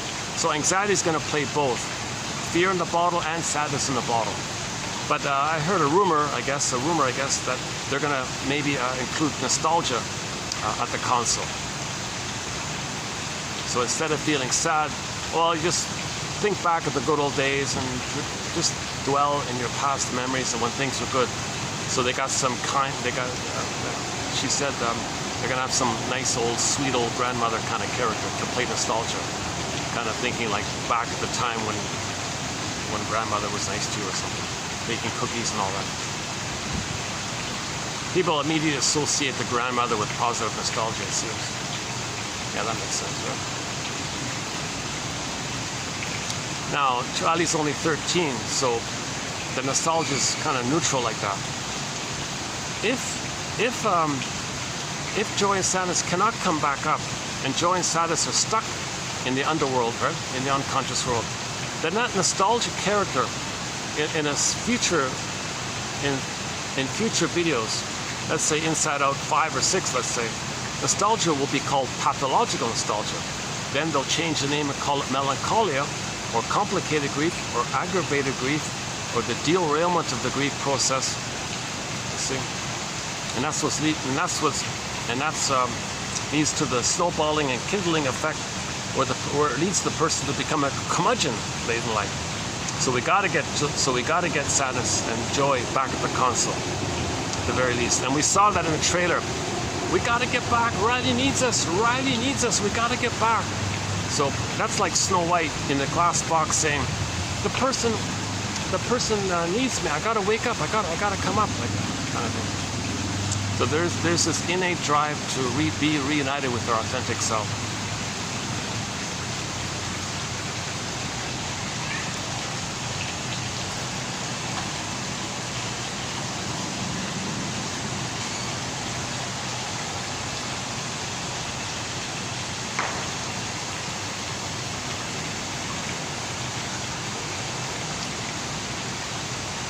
I honestly believe that Swan is grieving. I've seen him acting very differently this time around. This is my first time seeing him. No, my second time. My first time I learned about it, but now I'm seeing it more clearly.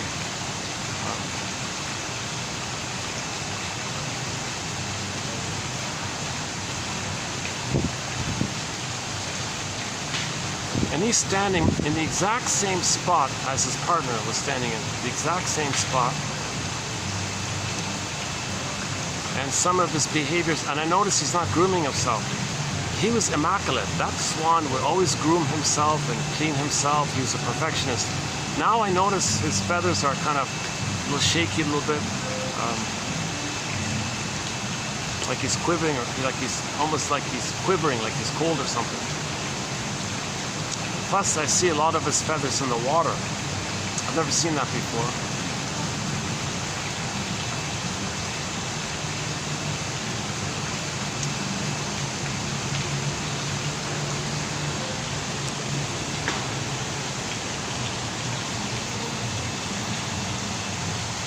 So this is like sort of one of the pets for the staff here. It's sort of a bit of a sad occurrence. Yeah, one waiter said, "Yeah, I feel very sad.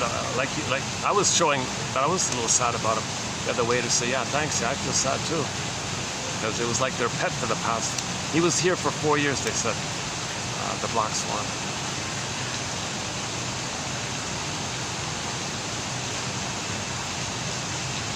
But they said they're not too surprised. He was getting older and all this. They don't suspect any foul play or anything. It's funny because I had that thought in my mind. Maybe some kid threw something at him. Like, are you sure? Can you check the cameras or something? They said they checked the cameras. There's no signs of foul play or anything.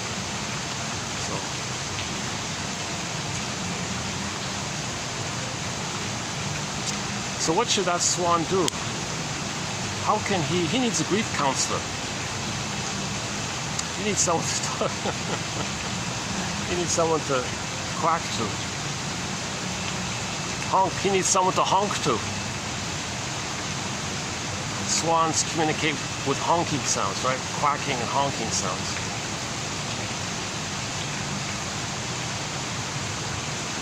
Yeah, I wonder how do animals process grief if they're alone? Like, what do they do? Do they suffer in silence, kind of thing?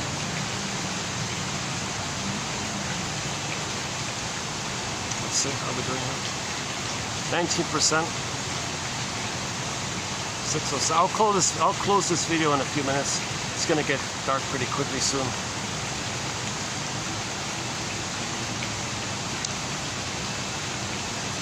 So again, anxiety means old infantile fears that you experienced but didn't process, didn't recognize, okay, related to your needs not being met.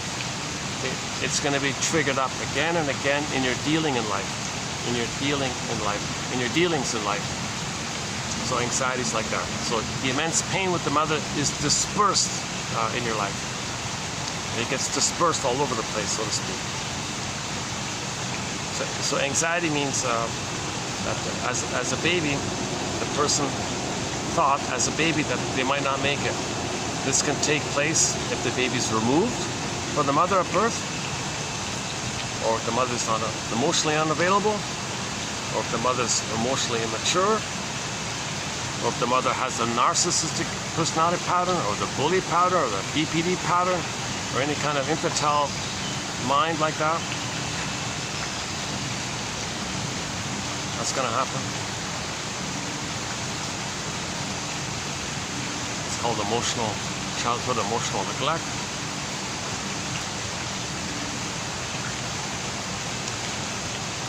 Obviously, neglect is not as bad as emotional abuse, but some others abuse with the neglect. But that neglect seems to be, they said, not as bad as the overt abuse. See, maybe you can think about the parent. Was one parent more emotionally in the neglect area, and was one parent more overtly demanding in some way?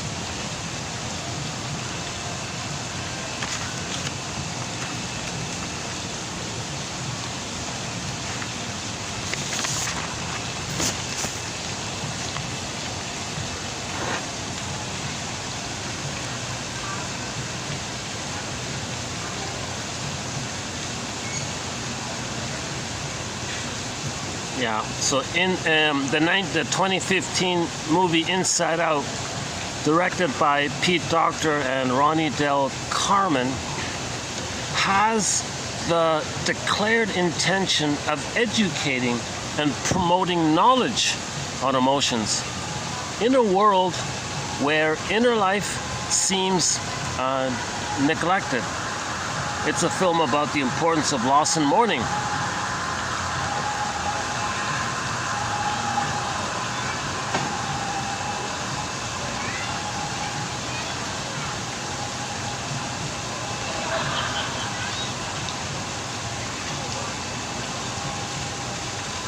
Each neurotic repeats his neurosis. The analyst has vastly more opportunity to observe that the neurotic's unconscious emotional attitude to very different environmental situations is repeatedly the same. The same drama is played repeatedly with different casts and sets. What the client needs is a better play, not the effort to make a success of the old play with new actors and scenery. So just restaging the thing with the mother in the present with others, hoping it's going to magically change the past, undo the past. Okay, no time machines, no morphing machines. This effort, okay, we need a new play. We only get this new play if we identify the old play. Mourn the loss, mourn all the losses associated with that old play, and then you can have a new play, meaning self-activation. Well, that kids' party's still going on.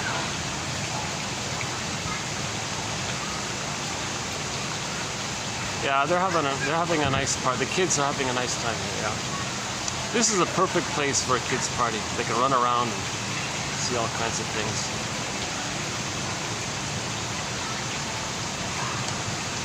It's funny. It was mixed in with formal functions, a company function, and you know this lonely guy doing the video here.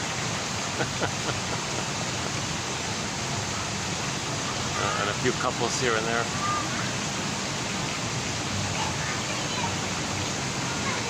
It has like a park. It has like a park-like feel here. Yeah, a friendly park-like feel here. It's nice. Yeah.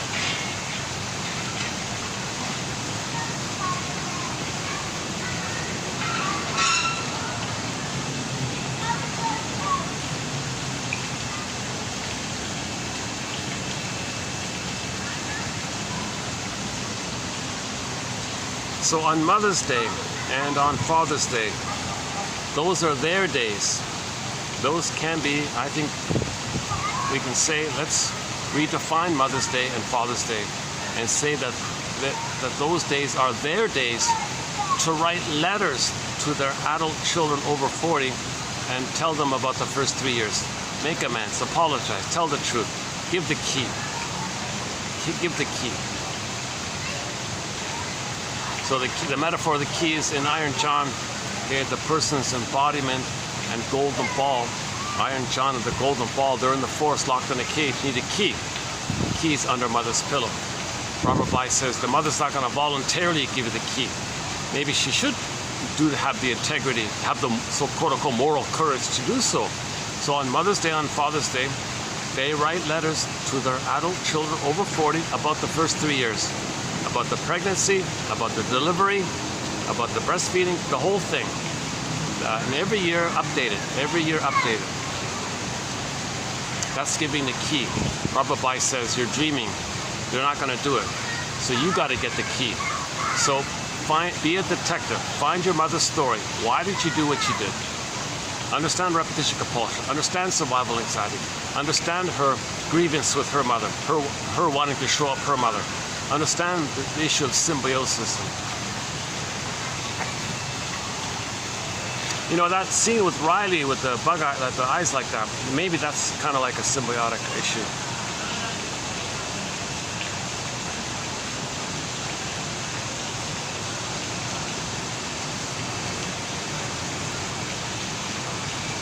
What else about that film?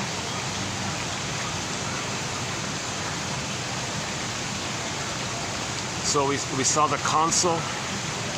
They were suppressed emotions, okay, anxiety, ennui, embarrassment, and envy. Envy is linked to Riley's oral trauma image, but we don't want those four to constantly run the person. Can you imagine a person's whole life being driven by those four? Anxiety, envy, embarrassment, and ennui, boredom underneath. Whoa, so that's why we saw in the trailer, we got to get back. Like in the first one, got to get back. So we had it, we lost it, want to get it back. Robert Bly says, we put it in a bag, want to get it back. If this cord got pulled down, want to get it back, so she becomes Persephone. Odysseus lost his connection to his inner home called Ithaca, he wanted to get back, same idea. So we had our authentic self, we lost it, at midlife we want to get it back. It's the universal, common monomyth for all people who are traumatized.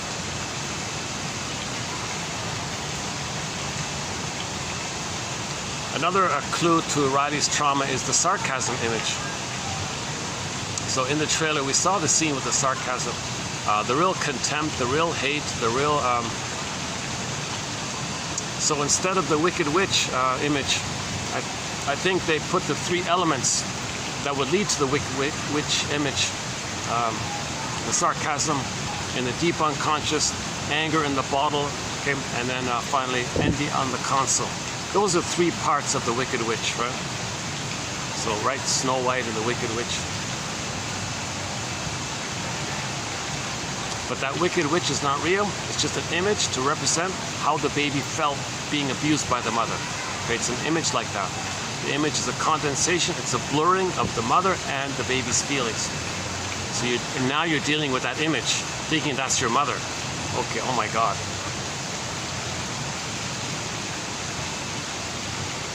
Okay. 17%, 620. Well, to my surprise, the battery held up 4 hours long, yeah. Yeah, the last video and this one were very choppy. We're very bumpy with the sweat and the lighting and all this. I first went to an earlier venue before coming here. It was just too packed. Sunday, so I came here. So okay, so in the next video I'll redo the divorce quote about reconciliation and the one following it as well, so I can have it available on the channel here. So this encyclopedia is available through the channel or through the copy link. For a minimal administrative fee, okay, you see the link there, one can have this encyclopedia on their phone. I think everybody over 40 can benefit from this collection. Clear, easy to read, fun, educational, 1 out of 10 I think you'll like. I think on average 10% of the quotes will resonate somewhere, somehow, somewhere. I'm guessing the odds are 1 out of 10 person might like.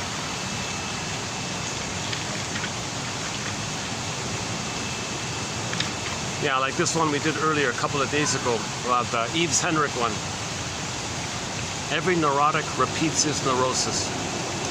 The therapist has vastly more opportunity to observe that the neurotic's unconscious emotional attitude to very different environmental situations is repeatedly the same. The same drama is played repeatedly with different sets of casts, with different casts and sets. What the client needs is a better play. Not the same old effort to try to change the past, just using new actors and new scenery.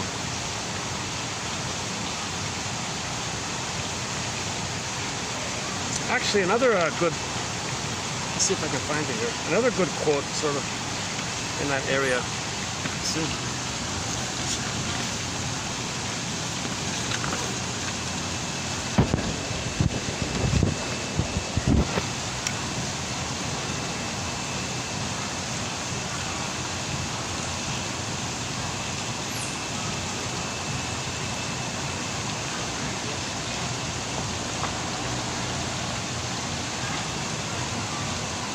Old mental images unconsciously associated with some aspects of the present experience. Okay. So we got a couple on transference.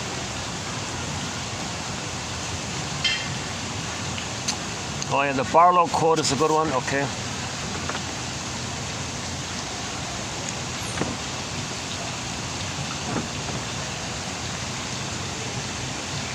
Oh yeah, here we go. Neurotic. Every illness is a Oh, hang on. Oh, here, this. Hang on. Where is it? Oh yeah, okay. So okay, he is repeating in the guise of enamoration with the therapist the psychic experiences he has already gone through and with which the development of his neurosis was intimately connected. His love and his struggle against it are only the acting of an old play. Old play, unfinished business with the mother. The struggle with the mother, it's an old play. So to give into it, that's not going to work. The only possible solution is to go back to the client's past and find the childhood prototype of this transference love, which usually occurred in relation to one parent.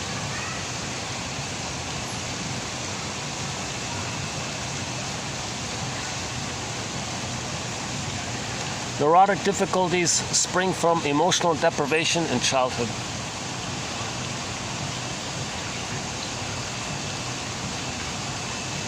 Treatment.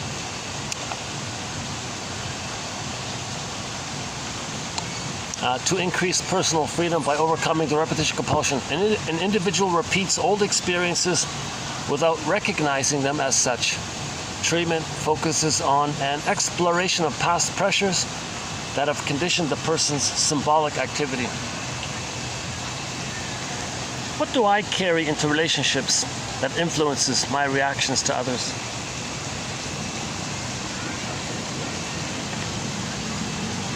Just a brief sampling of some of the recent quotes posted.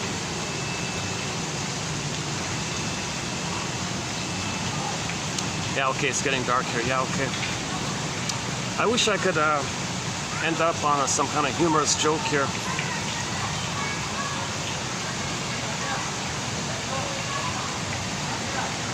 I'm going to have a hard time with that when I think about what I saw this morning.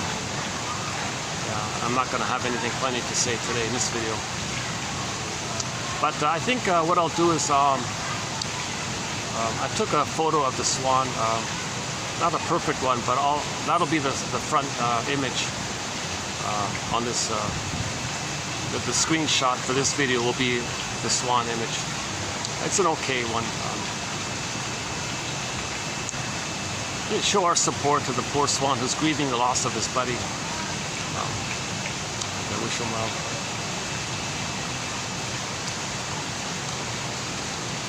I might actually have a picture of the old swan in a previous video, like a glimpse of him.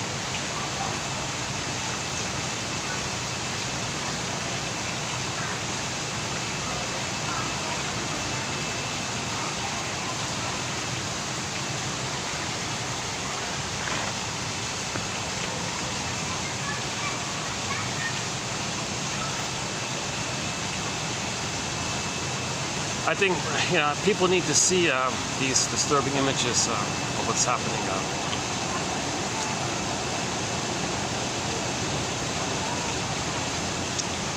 I think the communication is somebody's trying to show up the world. Somebody's trying to show up, make everyone realize what they really are. Like, really? You're going to be a cheerleader for this kind of thing? What's wrong with you, right? They want to show that up. See? My mother hurt me and the father was a cheerleader. Or my father hurt me and my mother was a cheerleader for it. As above.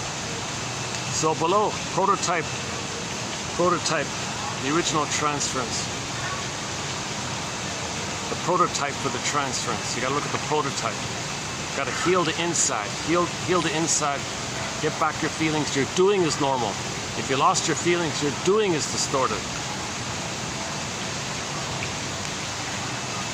So inside out. If you have your feelings, your outside will come from your inside. Your inside is from your feelings. Your outside is normal. If you're not coming from your inside and you're doing an outside in, it doesn't work, because nobody or nothing outside can give you the identity that you missed with the trauma and the mother back in the nursery. It's not going to happen. You got to be inside out. So you got to forgive the mother to get the inside and then come back. And that's the new play, where you come from inside out. So the old play is outside in, never works. The new play is inside out. Woodman says, yeah, the wounded feminine leads to the distorted masculine. The metaphor, the masculine doing, the feminine, the being, Snow White, the being. So if the beingness is wounded, our doingness is distorted. If our beingness is there, our doingness reflects as an expression of our beingness. If we express our feelings of our beingness, there's a natural morality and love and ethics and harmony like that. That's all missing. Our doingness is distorted.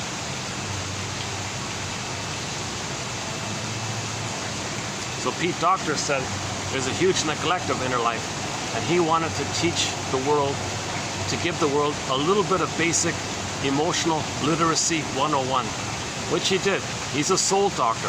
Pete Docter is a soul doctor.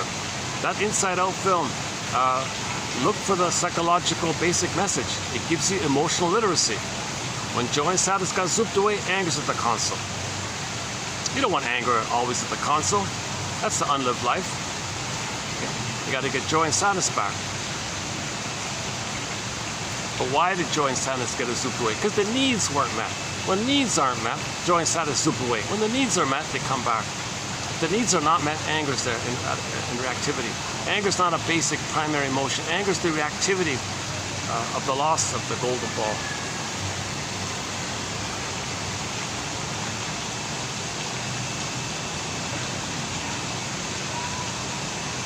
Oh, somebody came here on a bike, like a pedal bike. Wow. In this heat, somebody came here on a pedal bike. Wow.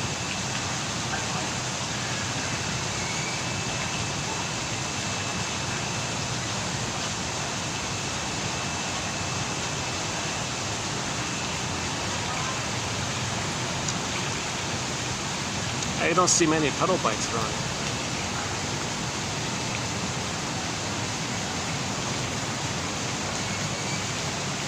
There he goes.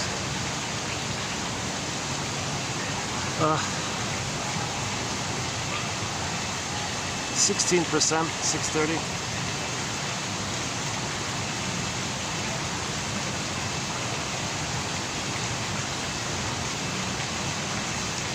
Yeah, I don't have that quote by DeForest. She said it in that same book. I mentioned before at the beginning. When the child sacrifices his identity to please his mother, he'll say, "Fine, mother, I'll do this for you, but I'm going to show you up for it." And when she said that, "I'm going to show you up for it," that's what Burglar said.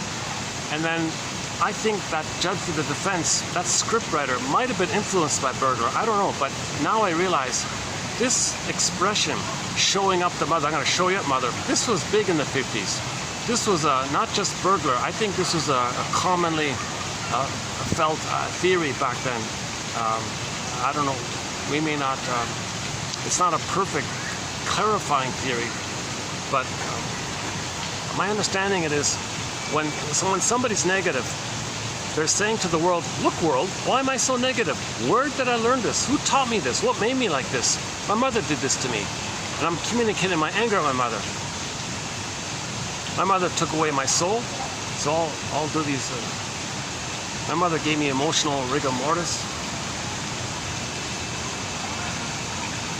It's a desperate way to show up the mother, express the anger at the mother, while you're imitating her. She did that to you, and you're showing her up. That's the talionic issue. The talionic feeling is connected to this identification of the aggressor. It's a tough topic, you know, this grieving process. See, ultimately, the genuine healing has got to be at some point someone says, "Okay, pause. I got to talk to somebody." Like today's quote, "I got to go get help." Okay? Grief is healed when it's witnessed by a caring other. So the second half of the healing, first half is the knowledge, second half is the free associating. You need a safe, caring witness who validates what you're going through, who understands what you're going through, and just validates and is present for you. Okay? You must have a very good reason for saying this. You must have a very good reason for feeling this. You must have a very good reason for believing this, for saying this about yourself, even though when it's not true, when it's clearly not true. You must have a very good reason. So you just, what's the hardest thing about that? I hear you. Go on, tell me more. Like that kind of validating. That make okay. Well, when you said this, and one seems to me maybe just like little invitations to mutual. You don't dictate, like you don't tell them you feel this or that. It seems to me, I notice your face is tensing up. Just describe what you see. Like, yeah, you must have a very good reason for feeling tense. That's right. So let them free associate. When you're free associate, you make the unconscious conscious. You make the unconscious conscious. Then you realize the painful truth. You feel safe. The caring witness makes you feel safe. When you feel safe, you can grieve. If you don't feel safe, you don't grieve. You got to feel safe with somebody to grieve. So that's the challenge. We need grief circles. We need grief. We need to sit in a circle, okay, and sit in a circle. Everybody understands it's a grief work circle, and these grief work circles, there needs to be some basic screening. If you don't screen it, someone's going to take it over and turn it into a club, like a hate club or something, or splits it as a defense against grieving. Someone says, you don't got to grieve. That's an odyssey, or the temptation to not grieve. Odysseus said, oh no, I want to grieve. I want to get home.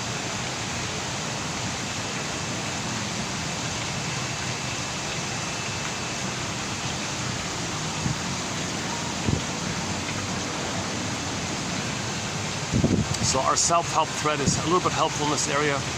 What's the hardest thing about? Go on. Okay, you must have a very good reason for. You must have a very good reason for saying this. Okay, go on. Okay, the ego and the id statement, a statement that shows the two sides. Although you know it's the ego, nevertheless you find yourself feeling or saying as the id, ego and the id. So we got some Susan Campbell's How to Make an I Statement, 2360. And so on. We got some good self-help exercises to help a person give self-validation to themselves and others. Because if you can't find a caring witness, at least you got to try to be a caring witness to yourself, kind of thing. And then maybe you might get a dream, and you try to do as much self-healing as you can, right? Okay, it's running out of, we're getting out of light here, yeah. Let's see, what is it?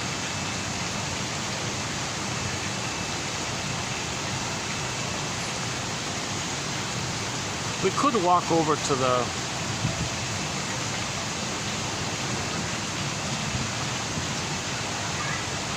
okay, next time let's go for a walk. Haven't done that in a while. In the meantime, your mission, should you choose to accept it, is to look up on YouTube Bruce Springsteen, Independence Day, Toronto, and listen to the introduction that he gives. Until then, I'll see you in part 2.